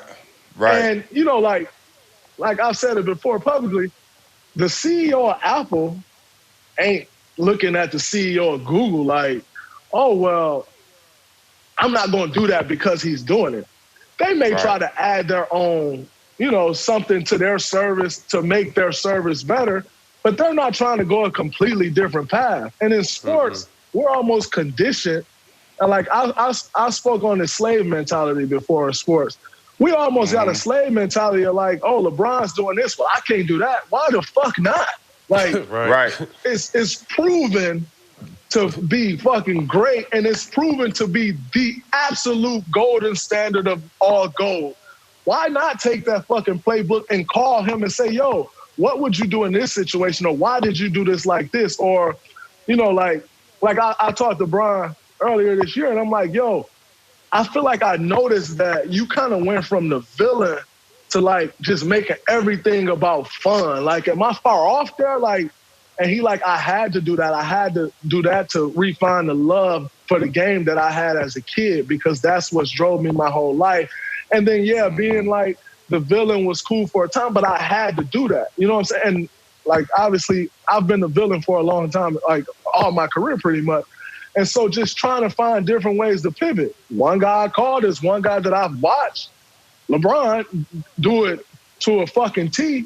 Why not call him an accident? But we're so fucked up as athletes at times where it's like, I'm not going to call him an axe that because that's a sign of fucking weakness. Or he's a blueprint, dog. If you can't call an axe that, then you are fucking weak and you trying to cover it up. You're not strong and like that's fucking not staying strong. You're fucking weak and you're trying to cover up your weakness.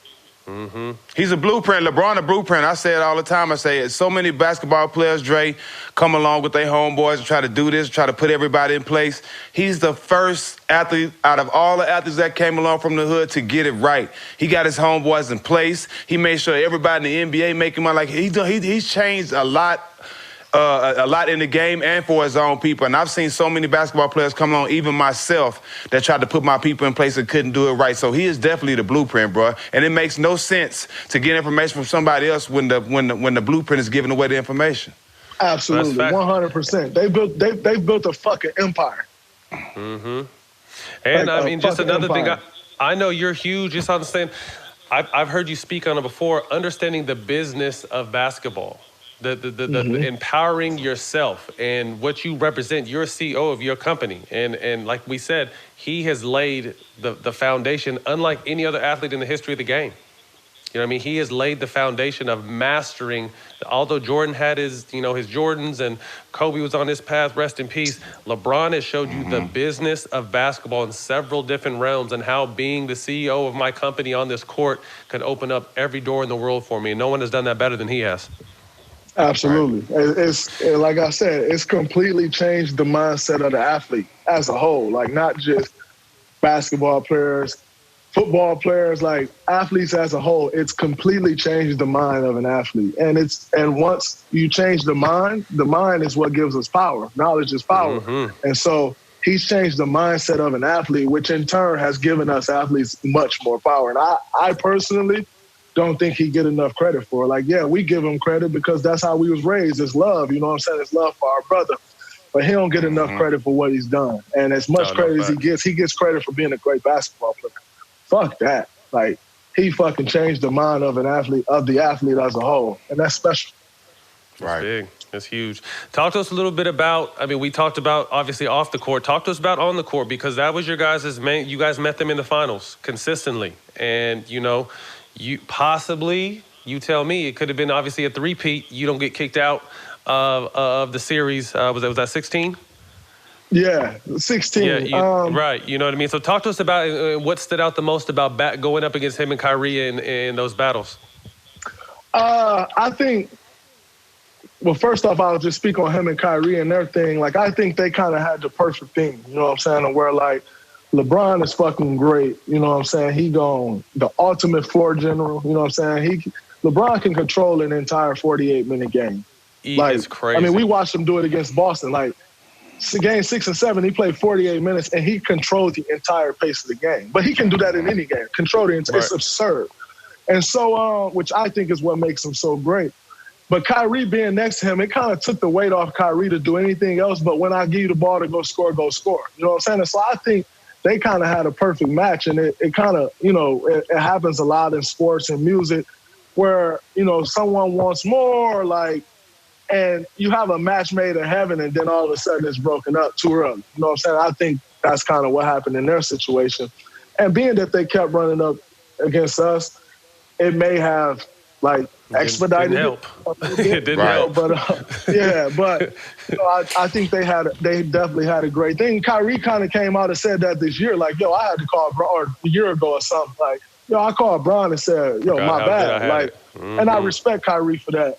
But they had a real good thing going for sure, and Kevin Love with them as well. They were a really good team. But when you start to talk about like us meeting in the finals, like they had no fucking shot at winning in 2016. Like people talk all, oh y'all blew a 3-1 lead. Like they was coming back here Game 5 and they didn't have a fucking clue of how they was going to win that game. I got suspended. They win Game 5. We're going back to Cleveland for Game 6. Okay, you go back home for Game 6. It's fucking loud as hell. I'm coming back from a suspension. Like, everything's kind of thrown off. They win Game 6. All three of us know you go to Game 7 and it's a fucking coin flipping game. Any Game 7. Like, you go to Game 7, it's a coin. I don't care where you're playing, who you playing. Game 7 is a coin flip. And sure enough, the game went down to the wire and Kyrie hit a tough shot. You know what I'm saying? And that's Game 7. And so, would we have three-peated though? I can't necessarily say we would have three-peated, because what I will say is this. In 2015, we beat the shit out of everybody and nobody had a clue of how to stop us. 2016, things got a little harder, but we were able to figure it out. We won 73 games, but like we had to move a lot. Like it wasn't just the same exact offense we ran the year before. Like it was like Steve Kerr was playing chess and he was making great moves, but it was always a chess match in 2016. Although we won more games, it wasn't as easy. And then we got to you can even remember in 2016 we got to OKC and we were down 3-1. And we kind of switched our matchups back to normal and pretty much said, all right, we're going to, as opposed to making everybody else beat us and trying to take Kevin and Russ away, everybody else was beating us. Let's make Kevin and Russ beat us and take everybody else away. And it was a fucking chess move by Steve Kerr, and it worked to fucking perfection, and we were able to come back and win that series. And then we go on to the finals, and I get suspended. We were going to win that series. But to say we were going to three-peat, I'm not sure we would have won in 2017 because, teams had started changing. They were preparing for us, like watching film on us all summer. And so it was starting to get harder. So because we lost in 2016, we then got Kevin. And once we got Kevin, we were fucking unstoppable, even losing last year. Kevin don't get hurt. Like, you can see that game, he came back in Game 5. Yeah, I looked up, it was 6 minutes to go. We had like 40 points in the first quarter. And it wasn't even a series. It wasn't even a series. It was over. They wouldn't have stood a chance if Kevin didn't get hurt. But, shit happens, and that's a part of the game. You know what I'm saying? Injuries happen. And Kawhi was fucking amazing. You know what I'm saying? Pascal Siakam, they were fucking amazing. But, to go back to 2016 and LeBron, like those matchups in the finals with LeBron and Kyrie and them, and then LeBron by himself, or with Kevin Love and Kyrie's gone, like they were fucking incredible matchups. You know what I'm saying? And we were able to get the better of it. But I don't think we would have lost in 2016. I know we wouldn't have lost. We would have won Game 5 and it would have been over. But shit happens. But 2017 and 18 probably wouldn't have been the same either because getting Kevin played a huge fucking role in that. You know what I'm saying? Huge. So does the dynasty end up going as long as it did? Probably not. But when we got Kevin, it fucking made it, extended. Started over. Well, let's get into that because, like I said, you got a chance to win without him. 15, 16, you get suspended. You don't win. 17, you get him. And it turned the world upside down. And we had talked to him earlier, I want to say in January maybe, and how just the world shift. He went from the guy that everyone liked to everyone hated, and he came and joined your guys' team, obviously, with open arms. Talk to me about that run and all the success you guys had, the greatest team ever possibly, and then how it ended and how the game you guys got into it and how that process ended up into where we are now. So that was great. You know what I'm saying? Like for me as a competitor, I'm always looking for that next way to get better. You know what I'm saying? And so when I signed my contract, my first or my second contract per se for 5 years, 82. At the time, my agent was B.J. Armstrong.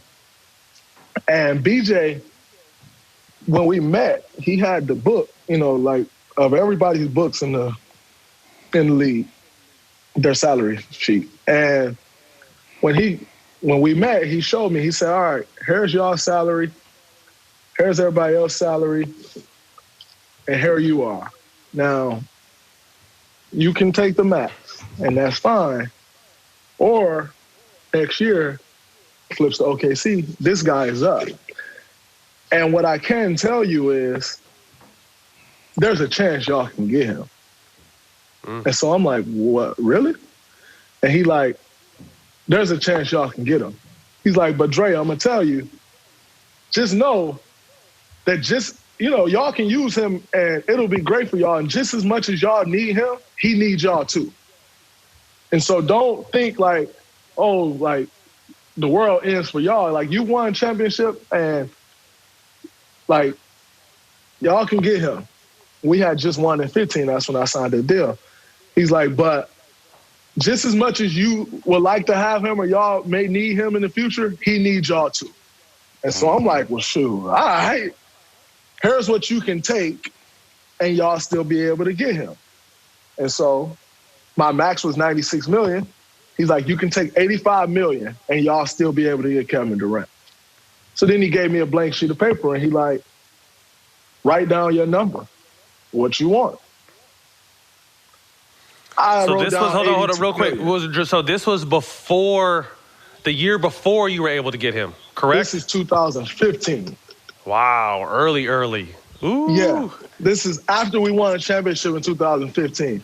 I'm already looking, how can we get better and how can we win more championships? I'm already on that. Mm-hmm. So I always see this story of like, oh, Draymond lost and cried to Kevin in the car. First off, I ain't crying to no man. First off. Secondly, my mind was already on this a whole year before. Like, because I'm always looking to get better. You don't win a championship and get stagnant. You get caught. Right. And so write down your number. So I wrote down 82 on a white blank sheet of paper. He's like, okay, you sure you want 82? Your max is 96. You can get 85. I'm like, 82 is cool. Just give me 82. He said, okay. Circle it. But if you circle it, I'm leaving this room and we're going to get 82.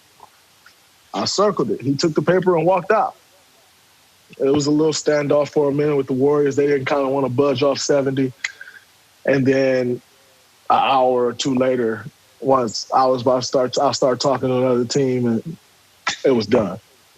Mm-hmm. Now, we played that year. We went 73, all of this, the series. So when we lost in Game 7, I'm immediately like, shit, what's the next move? How do we get better? Oh, fuck, Kevin Durant's a free agent. So I leave. I hit him up like, yo, what's up? He like, shit, hey, I'm ready. And I'm like, say less, we're ready. Like, let's fucking do it. I talked to Steph, this, that, and the other. I talked to Klay. Let's do it. So then, after I talked to Kevin, a week passed by or whatnot, and I talked to Klay and Steph again. I'm like, yo, and Andre, like, I put them all in a group chat, and Sean, like, yo, y'all really want to get Kevin? Because I think we can get him. And they like, yeah, hell yeah, we want him. Say less, let's do it. So we rock out, we get him. 2017, we start the season, and Steph and Klay, not Steph and Klay. Klay is Klay. Klay gonna just fucking shoot. That's what Klay do. Klay ain't fucking not shooting for nobody. That's facts. Like Klay takes some shots at times. I'll be like, yo, Klay, what the fuck? That's a dumbass shot. He said, Dre, they fucking paid me to shoot. Say less, Klay, go ahead. So facts. So Klay gonna just shoot. But Steph and Kevin, obviously, they do it more with the ball than Klay. You know what I'm saying? And so they're kind of deferring to each other the beginning of that season. Like, you take it, you take it. And it was fucking us up. You know what I'm saying? And so Christmas Day come around and we play the Cavs and Kyrie hit the little shimmy over Klay from the block. And it's like, oh, deja vu, Kyrie hits the game winner. But we were still kind of figuring it out that Christmas Day. And after that Christmas Day game, Kevin told Steph, like, yo, I need you to fucking play. Like, just be you. I'm good. I'll be all right. I'll get my shot. I'll get the ball. Just go fucking play and do what you do. I don't need you to defer to me. I'm good. Right. When Kevin told Steph that, Steph turned up. Kevin was being Kevin, and that's when we took off. And we ended up playing the Cavs that January, Martin Luther King Day, and we beat their ass by 40 or 50. And it was just like, okay, now this is what we've been waiting on. Now at this point, when does June get here? Finals is won. This shit's over. Kevin's happy as hell, like not complaining about nothing, like just enjoying playing good basketball. And every interview you watch, it's like, yo, I just been wanting to play good basketball. I am now enjoying playing basketball and being with this team. Everything was fucking great. You know what I'm saying? And we win a championship. Kevin win Finals MVP. He fucking, in my opinion, he got the best of Bron that series. Like, Kevin was fucking rocking. And we go on, and honestly, you turn on, like, after that was kind of that moment of like, damn, Kevin should be the best player in the NBA now because of what he just did to LeBron. And it's like you turn on the TV the next day, and the fucking headline is LeBron James still the best player in the world, question mark. Then you got Stephen A., you got all these people debating it, and everybody's still saying LeBron James is the best player in the world.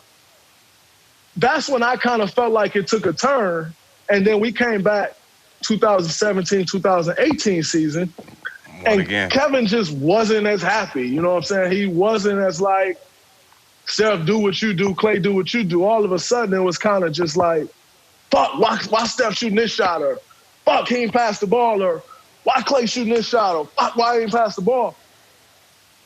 And I'm just sitting there like, yo, that's the same Klay and Steph I've always played with. Like, they ain't playing no different than they've always playing. And I know those two guys, they definitely not looking you off. You know what I'm saying? They may not see you because they fucking got tunnel vision at times, which most scorers do got tunnel vision at times, and that's why they're great scorers. But they ain't gonna never just fucking look you off. I done played with them since I came into this league. That ain't who they are. But like all of a sudden, everything became an issue. You know what I'm saying? And so it's kind of at this point of like, that fucking season, I know you probably remember David West saying, like, y'all don't know the amount of shit that happened for us when we went back-to-back. Like, y'all don't know the amount of shit that we had to fucking go through this year to win this championship. This is fucking amazing that we were able to pull it off. Because it was all just everybody bumping heads. All of a sudden, like, Kevin and Steve is like this now. All of a sudden, you know, Steph or Klay or somebody, like take a shot and it's a problem now. And it wasn't that the year before. It was just like, yo, I'm playing good basketball. I'm happy. And then they kind of changed. You know what I'm saying? And so we went through that whole season. It was tough. And I'm talking to Bob Myers. I'm like, yo, I don't think Kevin coming back here. And, you know, Kevin has said to me once before, like, they keep this bullshit up, I'll get out of here. You know what I'm saying? Me and Kay was real close. Man. You know, so I'm always in between everybody, talking him off the ledge, fucking telling Steph, like, yo, we need to get Kay a touch. Like, you know, me and Andre would kind of be that guy, like, yo, Kevin ain't had a touch in fucking 10 plays. Let's call some sets for him. Because Klay and Steph running rampant right now. And that's what they do, and that's what make them great. So ain't nobody ever going to stop them from running rampant.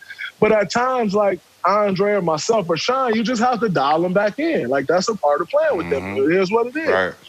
And it wasn't a problem in 2017, but now 2018 is always an issue.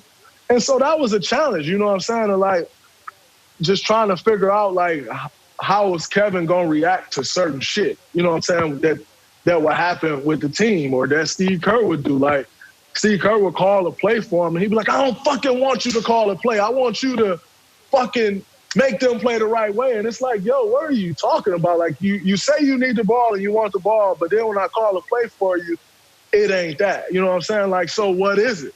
It's obviously a much bigger problem than just you getting the ball. You know what I'm saying? And so We go on 2018, however we win it. Now, I'm like, yo, I don't think he's coming back. But the thought of three-peating, no one does that. You got the Lakers, you got fucking Bulls a couple times, you got the Celtics, I think.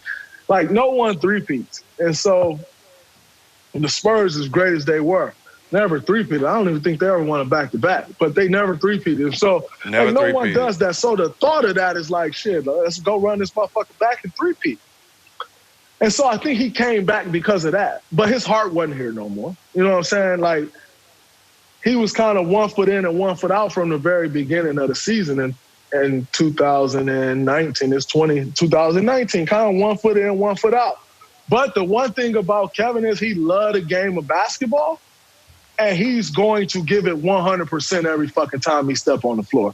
I don't give a fuck if it's a game, if it's a workout. Like that dude, when he work out, I don't know if y'all, I know, Matt, you have, Stack, you probably have, and the world, I'm sure, haven't. But if you watch this dude work out, every rep he do is fucking game speed. Like, to watch that man work out. And he don't miss much. Like, crazy. To watch him fucking work out is like mesmerizing. Like the fucking heart, like as a basketball player, you and I, and all three of us know, to go every rep game speed in a fucking workout, it's just not realistic. Like, it's not realistic.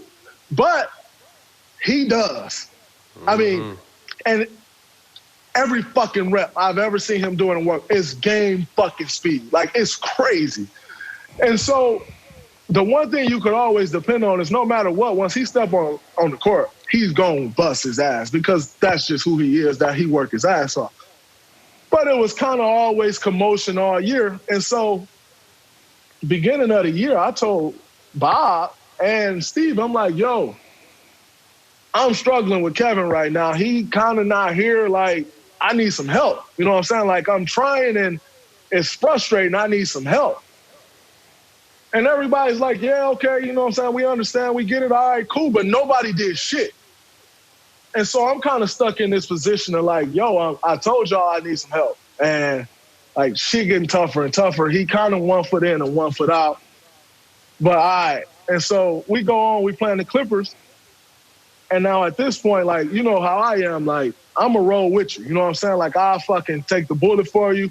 I'll take the heat in the media for you. I'll take the suspension for you. I'll take the fine. I'll take the tech. I'm going to take whatever for my guys. But in return, all I need from you is just to know that you with me. I don't need you to step in front of me. I just need to know you with me. As long as you with me, I'll take the bullet. I'll do whatever. Right. And so, you know, we go on, and then in that Clipper game, we coming down to the stretch. When I get the rebound, what do? I get the rebound, I push the ball, I find one of them. You know what I'm saying? So I get the rebound, I take off. Clapping loud as shit. I'm like, yo, come on, I'm taking off, I'm going. I start to cross over and go across court, and in my mind, I'm already thinking like, oh, he trailing. I'm about to cross over and take this guy standing here, and I'm going to just flip it back. He going to step into a three. He step into a three, it's game over. We out of here. Fact. He stood back there clapping and kind of moseying up. So when I go across, I'm waiting to flip.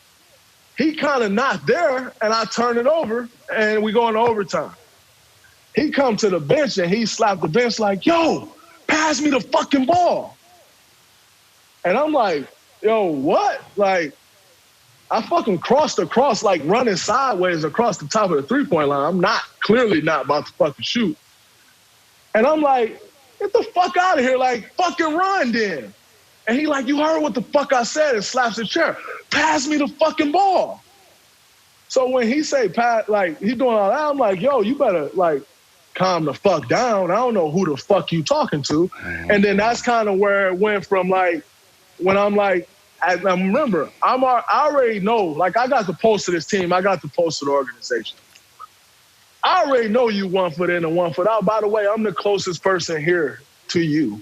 Like, when you have a problem with shit going on in your life, the person you talk to here is me. Like, when I'm struggling with something, I talk to you. Like, we got that relationship. So I already know you 1 foot in and 1 foot out. Everybody else may not know, or it may be a secret to them, but I know. I got the pulse. And so that's where it all, like, I'm like, yo, who the fuck you think you talking to? Like, nigga, I've been an all-star before you got here. Mm-hmm. And no matter what, I've been doing this. Don't talk to me like I'm one of these little dudes that just don't know how to hoop.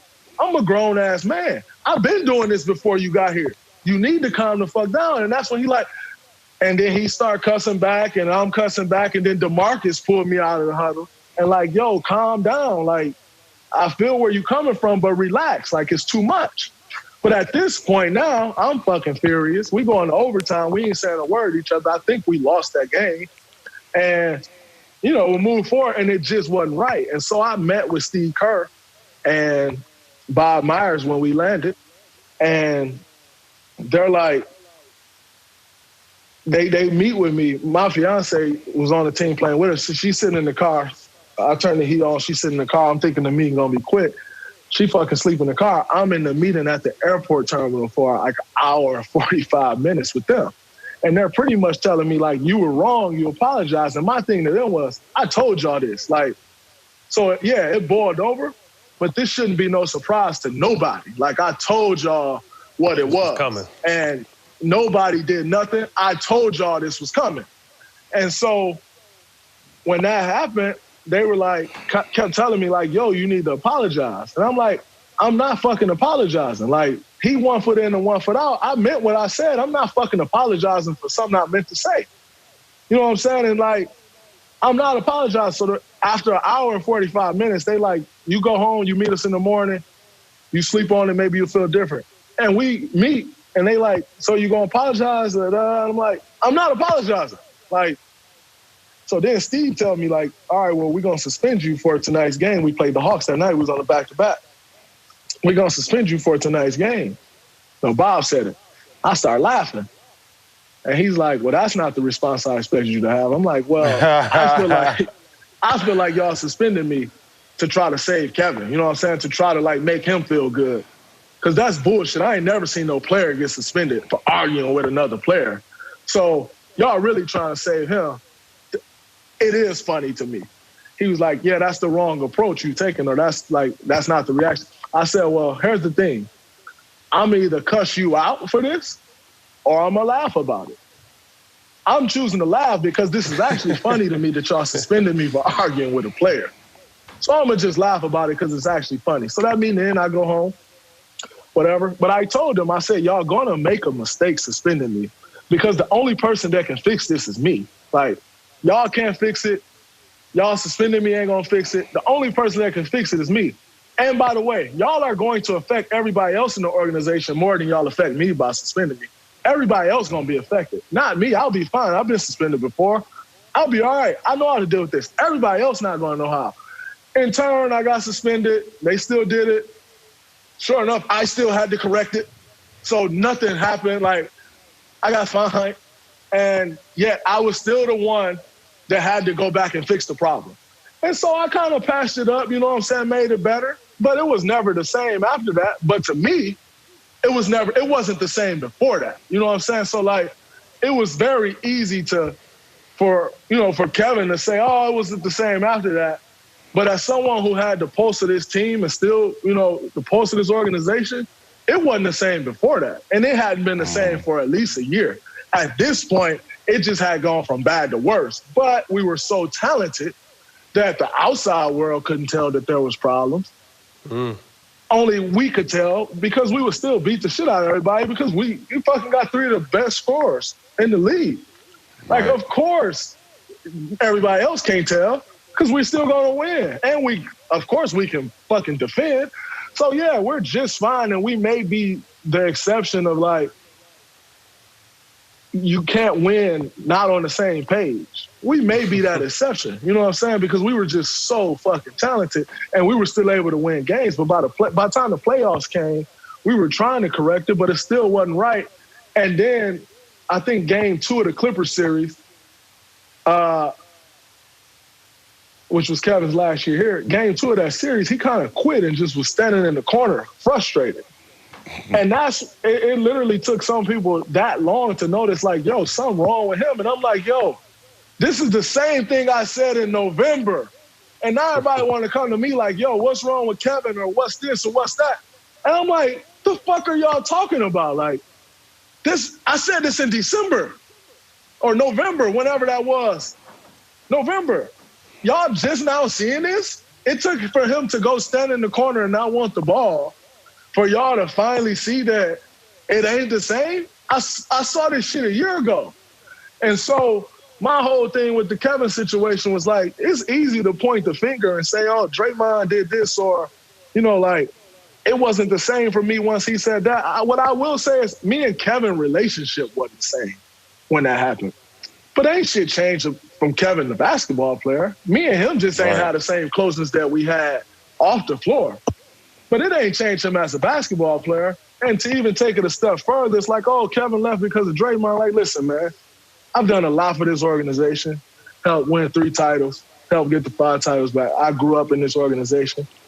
Bob Myers, I consider a great friend. I consider Bob a mentor. And Bob is somebody that I'll talk to, like, after he leave Golden State or after I leave Golden State, or whether I retire here or whether he retire here, whatever. I'm going to talk to Bob no matter what, forever. Like, he's a friend of mine, somebody that I trust his opinion, somebody that understands me, like, who helped me through life, almost like a life coach. We're great friends. But one thing I know about Bob, 2 things, is A, he's a very honest person. One, that Bob is one of those people that he don't know how to lie. Like, he can try to lie to you. He don't know how to lie. He gonna try to lie to you and fuck around and tell you the truth that you probably can't bear. But that's just Bob. And if you know Bob, you got to be able to take that. So being that he's a great friend and all of that, this is fucking Kevin Durant we talking about. Like, yeah, I've done great things here. But let me tell you this. I know Bob. And if it was such a big deal with Kevin being here and me being here, if Kevin really wanted to be here, all he would have done is went and said to Bob, like, yeah, I'll stay, but Draymond got to go. Yeah. And guess what? Bob Myers would have called me and said, Draymond, I love you, and I won't trade you to a bad team, but where do you want to go? Because I'll help you get to where you want to go. And so to try to, you know, point the finger and say, oh, man, I left because of him, like, get the fuck out of here. Like, and I still love K, you know what I'm saying? Like, you know, his feelings about me may not be the same, but I'll ride for him for the rest of my life. You know what I'm saying? Like, I got that type of love for that brother. You know what I'm saying? But you ain't leave because of me. Like, you fucking Kevin Durant. If you wanted to be here, I would have been out if I was the issue. Yeah. I would have been long gone. And guess who would have understood that? You. I understand that. I understand the business of basketball. I understand how this shit works. If Kevin Durant want to be somewhere and he don't want me here, I'm out. So the whole narrative of like he left because of me, like I haven't said much about it all year. You know what I'm saying? I just kind of let people talk. You know what I'm saying? But if I'm going to talk about it, I'm going to talk about it with two people, 2 brothers I respect, you know what I'm saying, which is y'all two. Appreciate it. And get it real. But he ain't fucking leave because of me. He was 1 foot in and 1 foot out. And he left because he wanted to leave. Because if he wanted to be here and me being here was an issue, I would have been out. And that's just the real. Tell me what it's been like trying to navigate truth. You kind of touched on it, Dre. You said you just sat back when a lot of like bullshit was told, fake stories, shit you know wasn't true, to kind of just sit back and take that, and because it's hard to do, and not a lot of people could do it. Speak on that. Not only in the Kevin situation, but just overall. I mean, you've had so much negative stuff, and you're this and you're that, and like I said, being on the inside, we know what you mean to that franchise, and they obviously know what you mean. But explain how you were able to navigate through all the bullshit that was said about you or lies said about you by the media. Oh, well, I think for me, I kind of always take the approach of like, and it's kind of been me my whole life, of like, I'd rather you than me. You know what I'm saying? So like, I'd rather you be good and like they tell the good story about you and tell the bad one about me. You know what I'm saying? Like I can take that. Like, you know, some people may need people to praise them to feel good. You know what I'm saying? Or like may need that to boost their confidence. People praising me don't do nothing for me.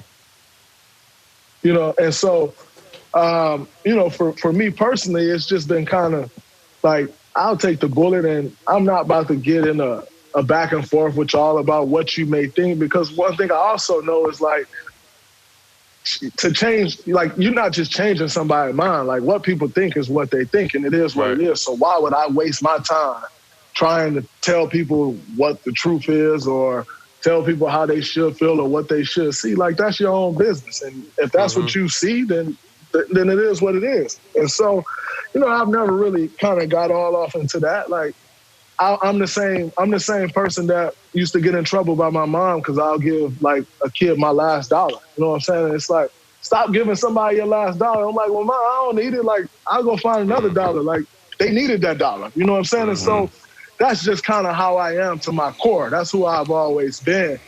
And, you know what I'm saying? Then you start to build relationships with certain people.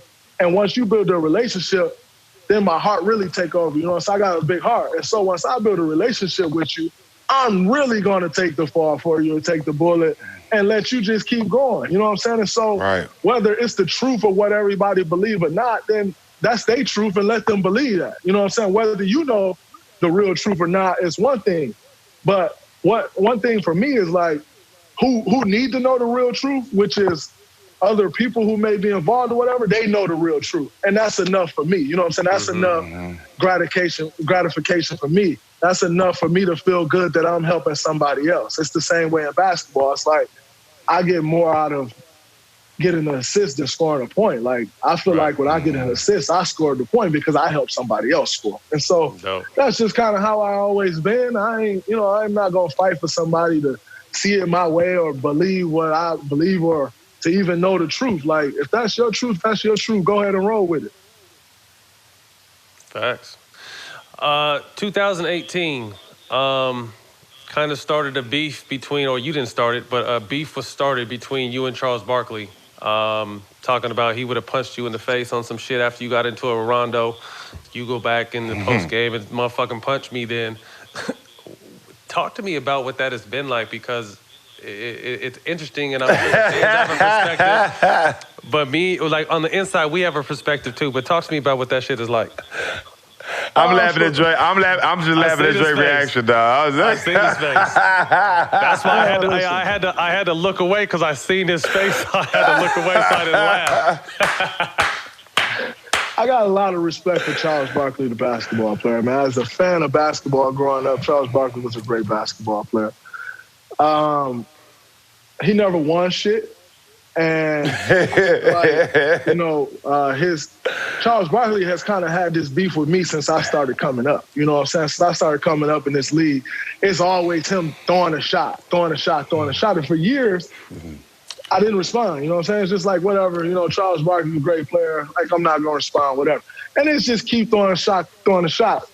Honestly, it's jealousy. You know what I'm saying? It's jealousy that somebody the same size as him or smaller could come in the league and have the success I had, make the money I've made, win the championships I've won. These are all things that Charles Barkley wasn't able to do. You know what I'm saying? Like, now, granted, he made a lot of money for his time, but you and I both know the money has changed, or all three of us know, the money has changed in this league. It's not the same.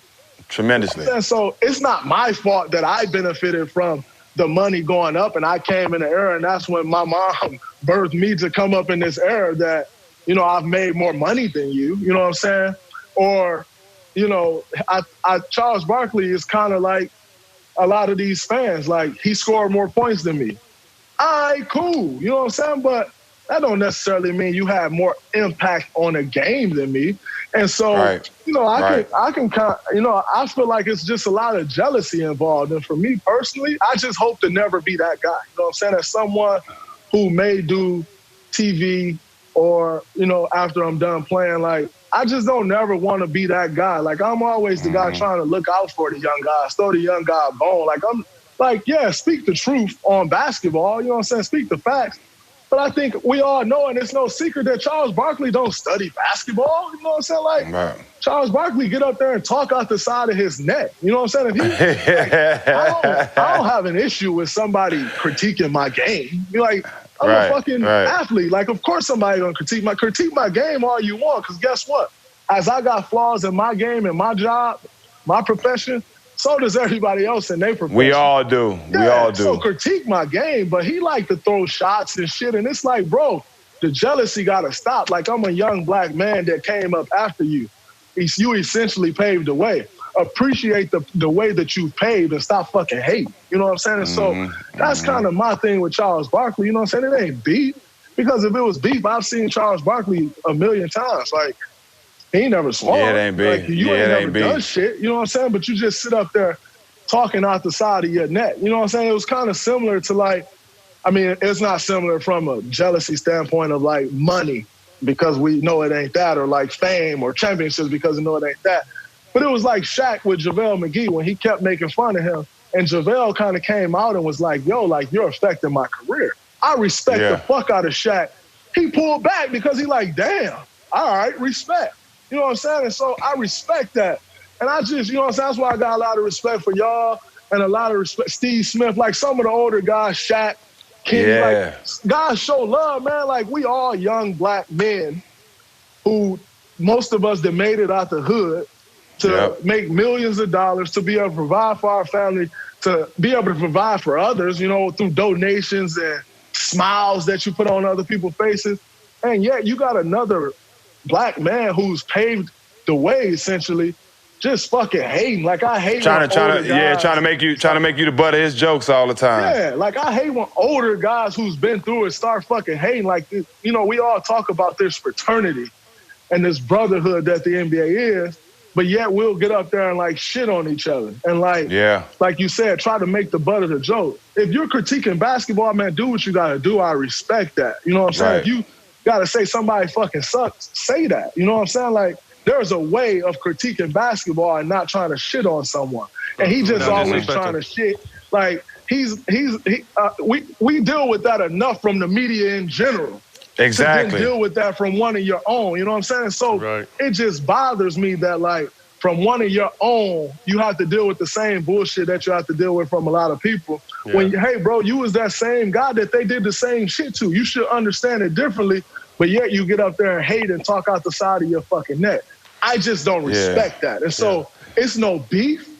I just don't have, I don't have respect for that because we're one and the same, and yet you get up there fucking hating like that. Like, bro, show love, give back to the guy who came after you.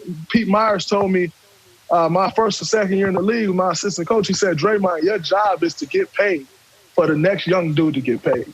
You know what I'm saying? And so I embody that, and I just don't respect the fucking hating that he does and like trying to show guys up. Like, bro, you had your time and it was fucking great. As a basketball player, I appreciate you. I watched you when I was growing up. Like, I appreciate you as a basketball player. But as a fucking hater, I just got no respect for that. That was the one way I think you hit it on the head perfect. The way I always looked at it from the beginning was we got to take enough of this shit from motherfucking fans that don't know shit and then media who's never played to understand what it takes every day, day in, day out, off season, regular season, what it takes to be in this position. Although, yes, he was a great, but for me to see any kind of older player, you may think it, you may this, but just to get on TV and blatantly just be disrespectful, that's where you lost me because Charles is supposed to know like what this motherfucking grind is about and how much outside bullshit we have to take. So to get it from one of our own is, you can miss me with that shit. That's what I don't agree with. Absolutely. I think if you could probably put somebody could put a compilation together of all the shit that Charles Barkley has said about me since I started to come up. And I guarantee you play that shit, it's just hate. Like, it's not, like, it's not critiquing fucking basketball. The guy don't even watch the games. Like, it's just fucking hate. But, you know what I'm saying? It is what it is. Like, it ain't no love lost on my end. Like, I respect you as a basketball player, but I can't respect you as a black trailblazer. You know what I'm saying? I can't respect you as that because I watch you constantly hate on young black men that came after you. And it's not, you know, and a lot on myself. And I feel like he got the same problem with me that a lot of people in the world has. It's like, how the fuck has he made so much money? How the fuck has he been an all-star? How the fuck has he had this much success and he don't score 20, 25 points? Well, it is what it is. Hey, well, look, we the only race that crucify each other when we're not even guilty for shit. Like, one thing I love about our show, and me and Matt, and we thankful to have guests like you, our aim was never to bring people on our show to demean them to make us look good. You know what I'm saying? We are players that didn't have that outlet when we were playing to speak our minds when people was bashing us in the media and making us look like something we wasn't. So I hate when brothers especially feel like that they got to demean somebody else to make themselves look good when really to the real ones, you look like shit. You know what I'm saying? And as players, a lot of players go through that, and I'm glad that we have the platform so you can come over here and speak this real and people can really see how you look at situations. Fact. Absolutely, man. I appreciate this platform because y'all know we need shit like this. You know what I'm saying? Where we don't quite get this often.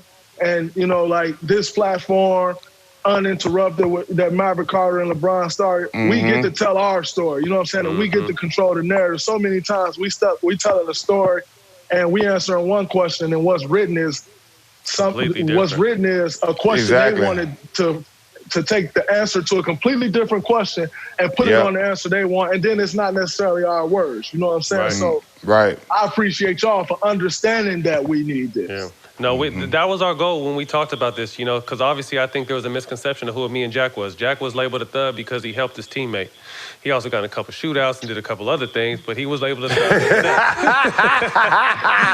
I got a label for doing what I did on the court and off the court, whatever. But it was such a misconception of who we were. So I've loved all of our interviews, but there's certain interviews such as this one for you to be able to speak your truth because I know you well. You know, we talk. And like I said, I see a lot of me and Jack in you and vice versa. So for you to be able to come out here and tell your truth and humanize yourself to a standing to just show you carry yourself, although you're a 3-time champion, all-star division, you carry yourself like a regular man. You don't think you're no better than no one else. You're a good person, you know. So to me, I take it to heart because when I hear people talk about my friends, I'm ready to fight for them just like everyone else in this chat is. But I think there's such a misconception of who Draymond Green really is, and I'm glad that you took the time with us to kind of tell your side because too often, like you said, you're not someone that really gives a fuck if everyone else knows, but it's good for everyone else to know what kind of person you are because I think there is a misconception of who you are. Absolutely. No doubt. No doubt. I appreciate that, man. Yeah. You know, it's like you said, I don't say it often, you know, but it do feel good to, you know, get that off my chest or certain shit off my chest a little bit. I kind of just internalize everything, you know what I'm saying? Like, I'll be cool, it is what it is. But, you know, that is a good feeling. Yeah. All right, we're coming down to quick hitters, but one quick before we hit our quick hitters, talk to us about DeMarcus Cousins, someone you battled against, someone I played with. You know, great dude. Another misunderstood person. For him to be able to come to you guys off a fucked up injury, all the shit he went through to try to bring himself back on the court, for them to not win the championship, him to move on and get hurt again. Talk to us what that relationship was like with him and how you saw his up and down roller coaster go. We've kind of always had a pretty good relationship. We play against each other. We get into it, you know, every time. And off the court, it was always love, you know what I'm saying? But there was always a mutual respect there. And then we played in the Olympics together in 2016, and we built an even bigger bond. Then the opportunity came where, you know, things weren't going the way he planned, and we had the opportunity to get him. And Bob Myers called me. I think I was in Santorini, Greece, and having dinner. And I'm like, yo, I got to take this call. And he's like, yo, we can get DeMarcus. He's like, Draymond. He's like out of breath, like, Draymond, you'll never believe what's going on back here.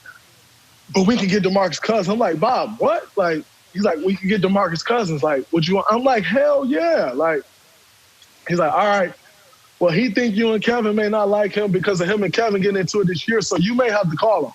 Let me know. So an hour go by, he like, I need to call him. I call him like, yo, what's up? Let's do it. And, you know, and he ended up coming here. DeMarcus is one of those people who is extremely misunderstood. You know what I'm saying? He a big kid. He a big kid. And for lack of a better term, and I mean absolutely no disrespect by it, he a big teddy bear. Like, yeah, man, for real. He love people. He gonna take care of people. He gonna do like right by everybody. Like he's a great person, man. He's so misunderstood because once again, how he played a game of basketball, how he do his job, how he do what he love. he wears emotions on his sleeve and where it sometimes boil over. Like, people judge him and try to make him out to be this bad person and create their own narrative. DeMarcus is a great person, man, a great player. And honestly, you know, I can't wait to see him get back to where he was. You know what I'm saying? Because he, for a long time, the best, and still to this day, because talent don't change, is one of the most talented players in the NBA. I mean, a fucking great talent, and is completely misunderstood.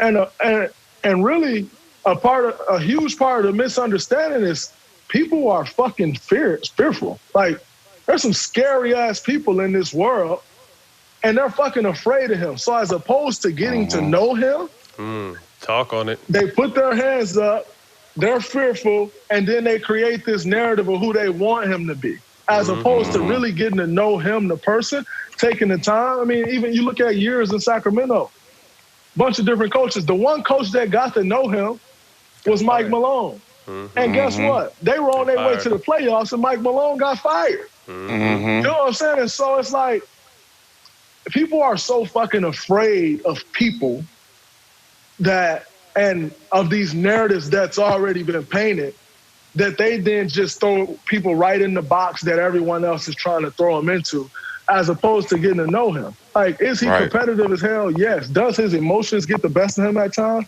Yes. So does a lot of the rest of us, you know, but... All of us. And for everybody else is just not seen in front of millions of people, right? Like, so your emotions get to spill over in the comfort of your own home, or the world in sees an ours. office by yourself with the door closed. You know what I'm saying? His just happened to be in front of millions of people on this stage where everybody's writing about it and creating these narratives.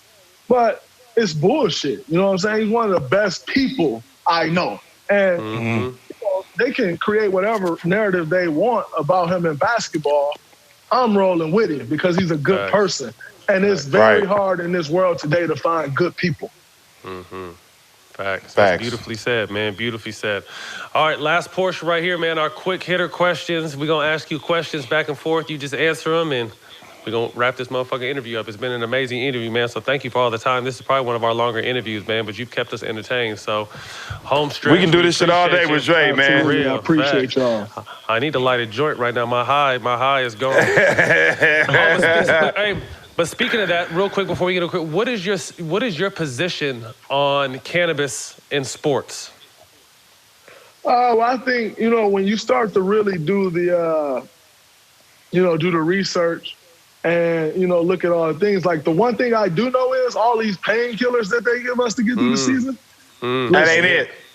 It ain't it. Like, you know, they give us all these anti-inflammatories and, like, there's people get Toradol shot. If there's a shot that can make you feel nothing for 6 to 8 hours, it's gotta be horrible for you. Completely fucked up and go play in a whole game and not feel it. And by the way, after that motherfucker wear off, you feel like you got hit by a truck. Man, you addicted. But understand, that man. thing can't be good for me. You know what I'm saying? And so, you know, I look at it like after all the research that's been done, it's now legalized in, I don't know, maybe over half the states. I don't know the numbers. I don't study it, you know. But if you're going to continue to give guys Toradol shots and anti-inflammatories, like, something got to give, because it has not proven to be as bad as that. And that is one thing I know for sure. It hasn't been proven to have the same side effects that should have. So, you know. So you're pro. They tell, Here we go. You know, they talk about you get too many Toradol shots and kill your liver. It starts to affect your kidneys and your liver. Livers, right. Well, it hasn't proven to do that. So I don't, you know, I think, you know, a lot of rules we go by are old and outdated. Right. And a lot of people be afraid to accept change. To change that, or to even accept the change. Accept it. And, you know, when we look at our league as a whole, and I know they're having the conversations, and I've seen Adam talking about it publicly. I've seen... That's beautiful. Little man. All right. Can I say hi? What's up, guys? How you guys Okay, I'll talk to y'all in a second. Let me finish. Okay, let me finish, baby. That's dope. You look at Adam Silver. Adam is a trailblazer. He ain't afraid to make a decision. He ain't afraid to get out in front of things. I wouldn't be shocked if that's the next thing coming soon. Yeah, I love it. Hopefully. Nice. All right, quick hitters, real quick. Who should be our next guest on All the Smoke? Next guest on All the Smoke, Jay-Z. Ooh, nice. Artist. We might need your help. Go ahead, man. We might need your help. If you got a line on him, we might need your help to make that happen. We appreciate we would love that. to get Jay-Z on. Hey, I got a line. I got somebody with a line to him, but I think that would be great, man. That would be I was able dope. to chop it up with Jay-Z about a month and a half, 2 months ago now, at his Vanity Fair party. And, man, I always respected Jay-Z, but just his mindset, man, as a black man, a black billionaire, Jay-Z for sure. I got the utmost respect for that man. Good call. Artist or song on repeat?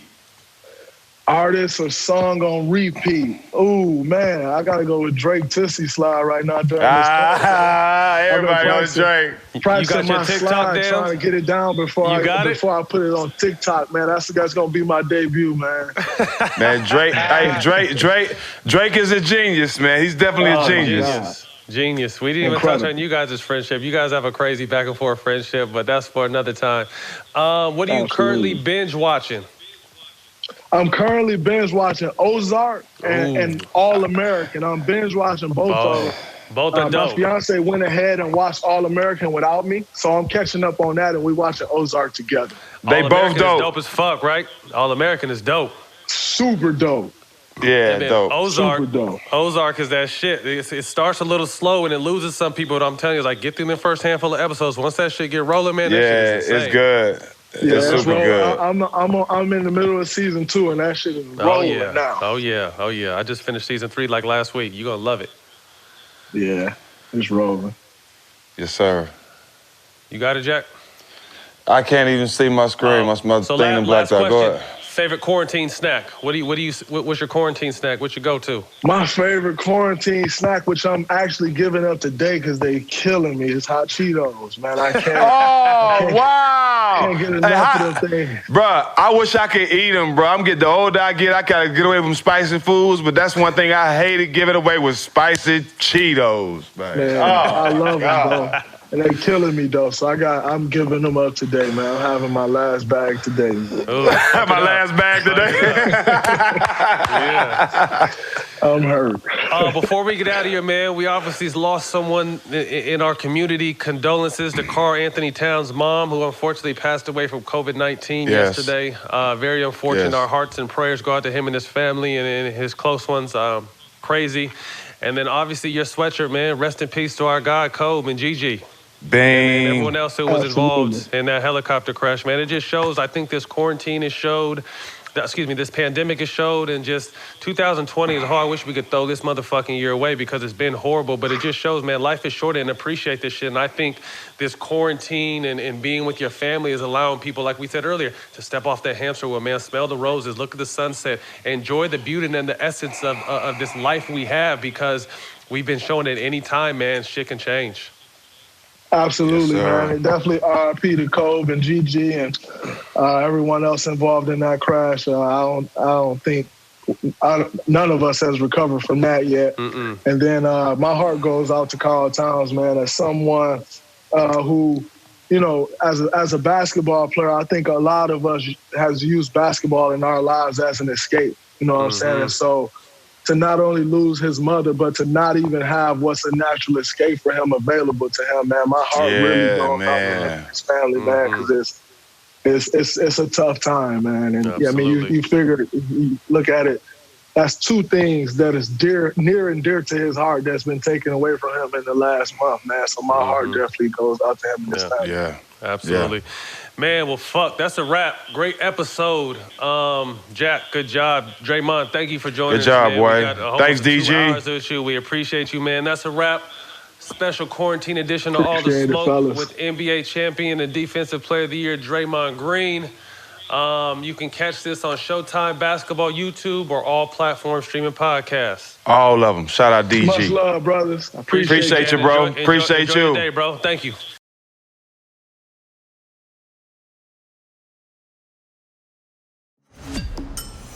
This life was all I ever wanted. I'm not leaving. Not yet. I was hoping you'd say that. We gotta hit the streets, make some money. People like us must destroy people like him. Buckle up.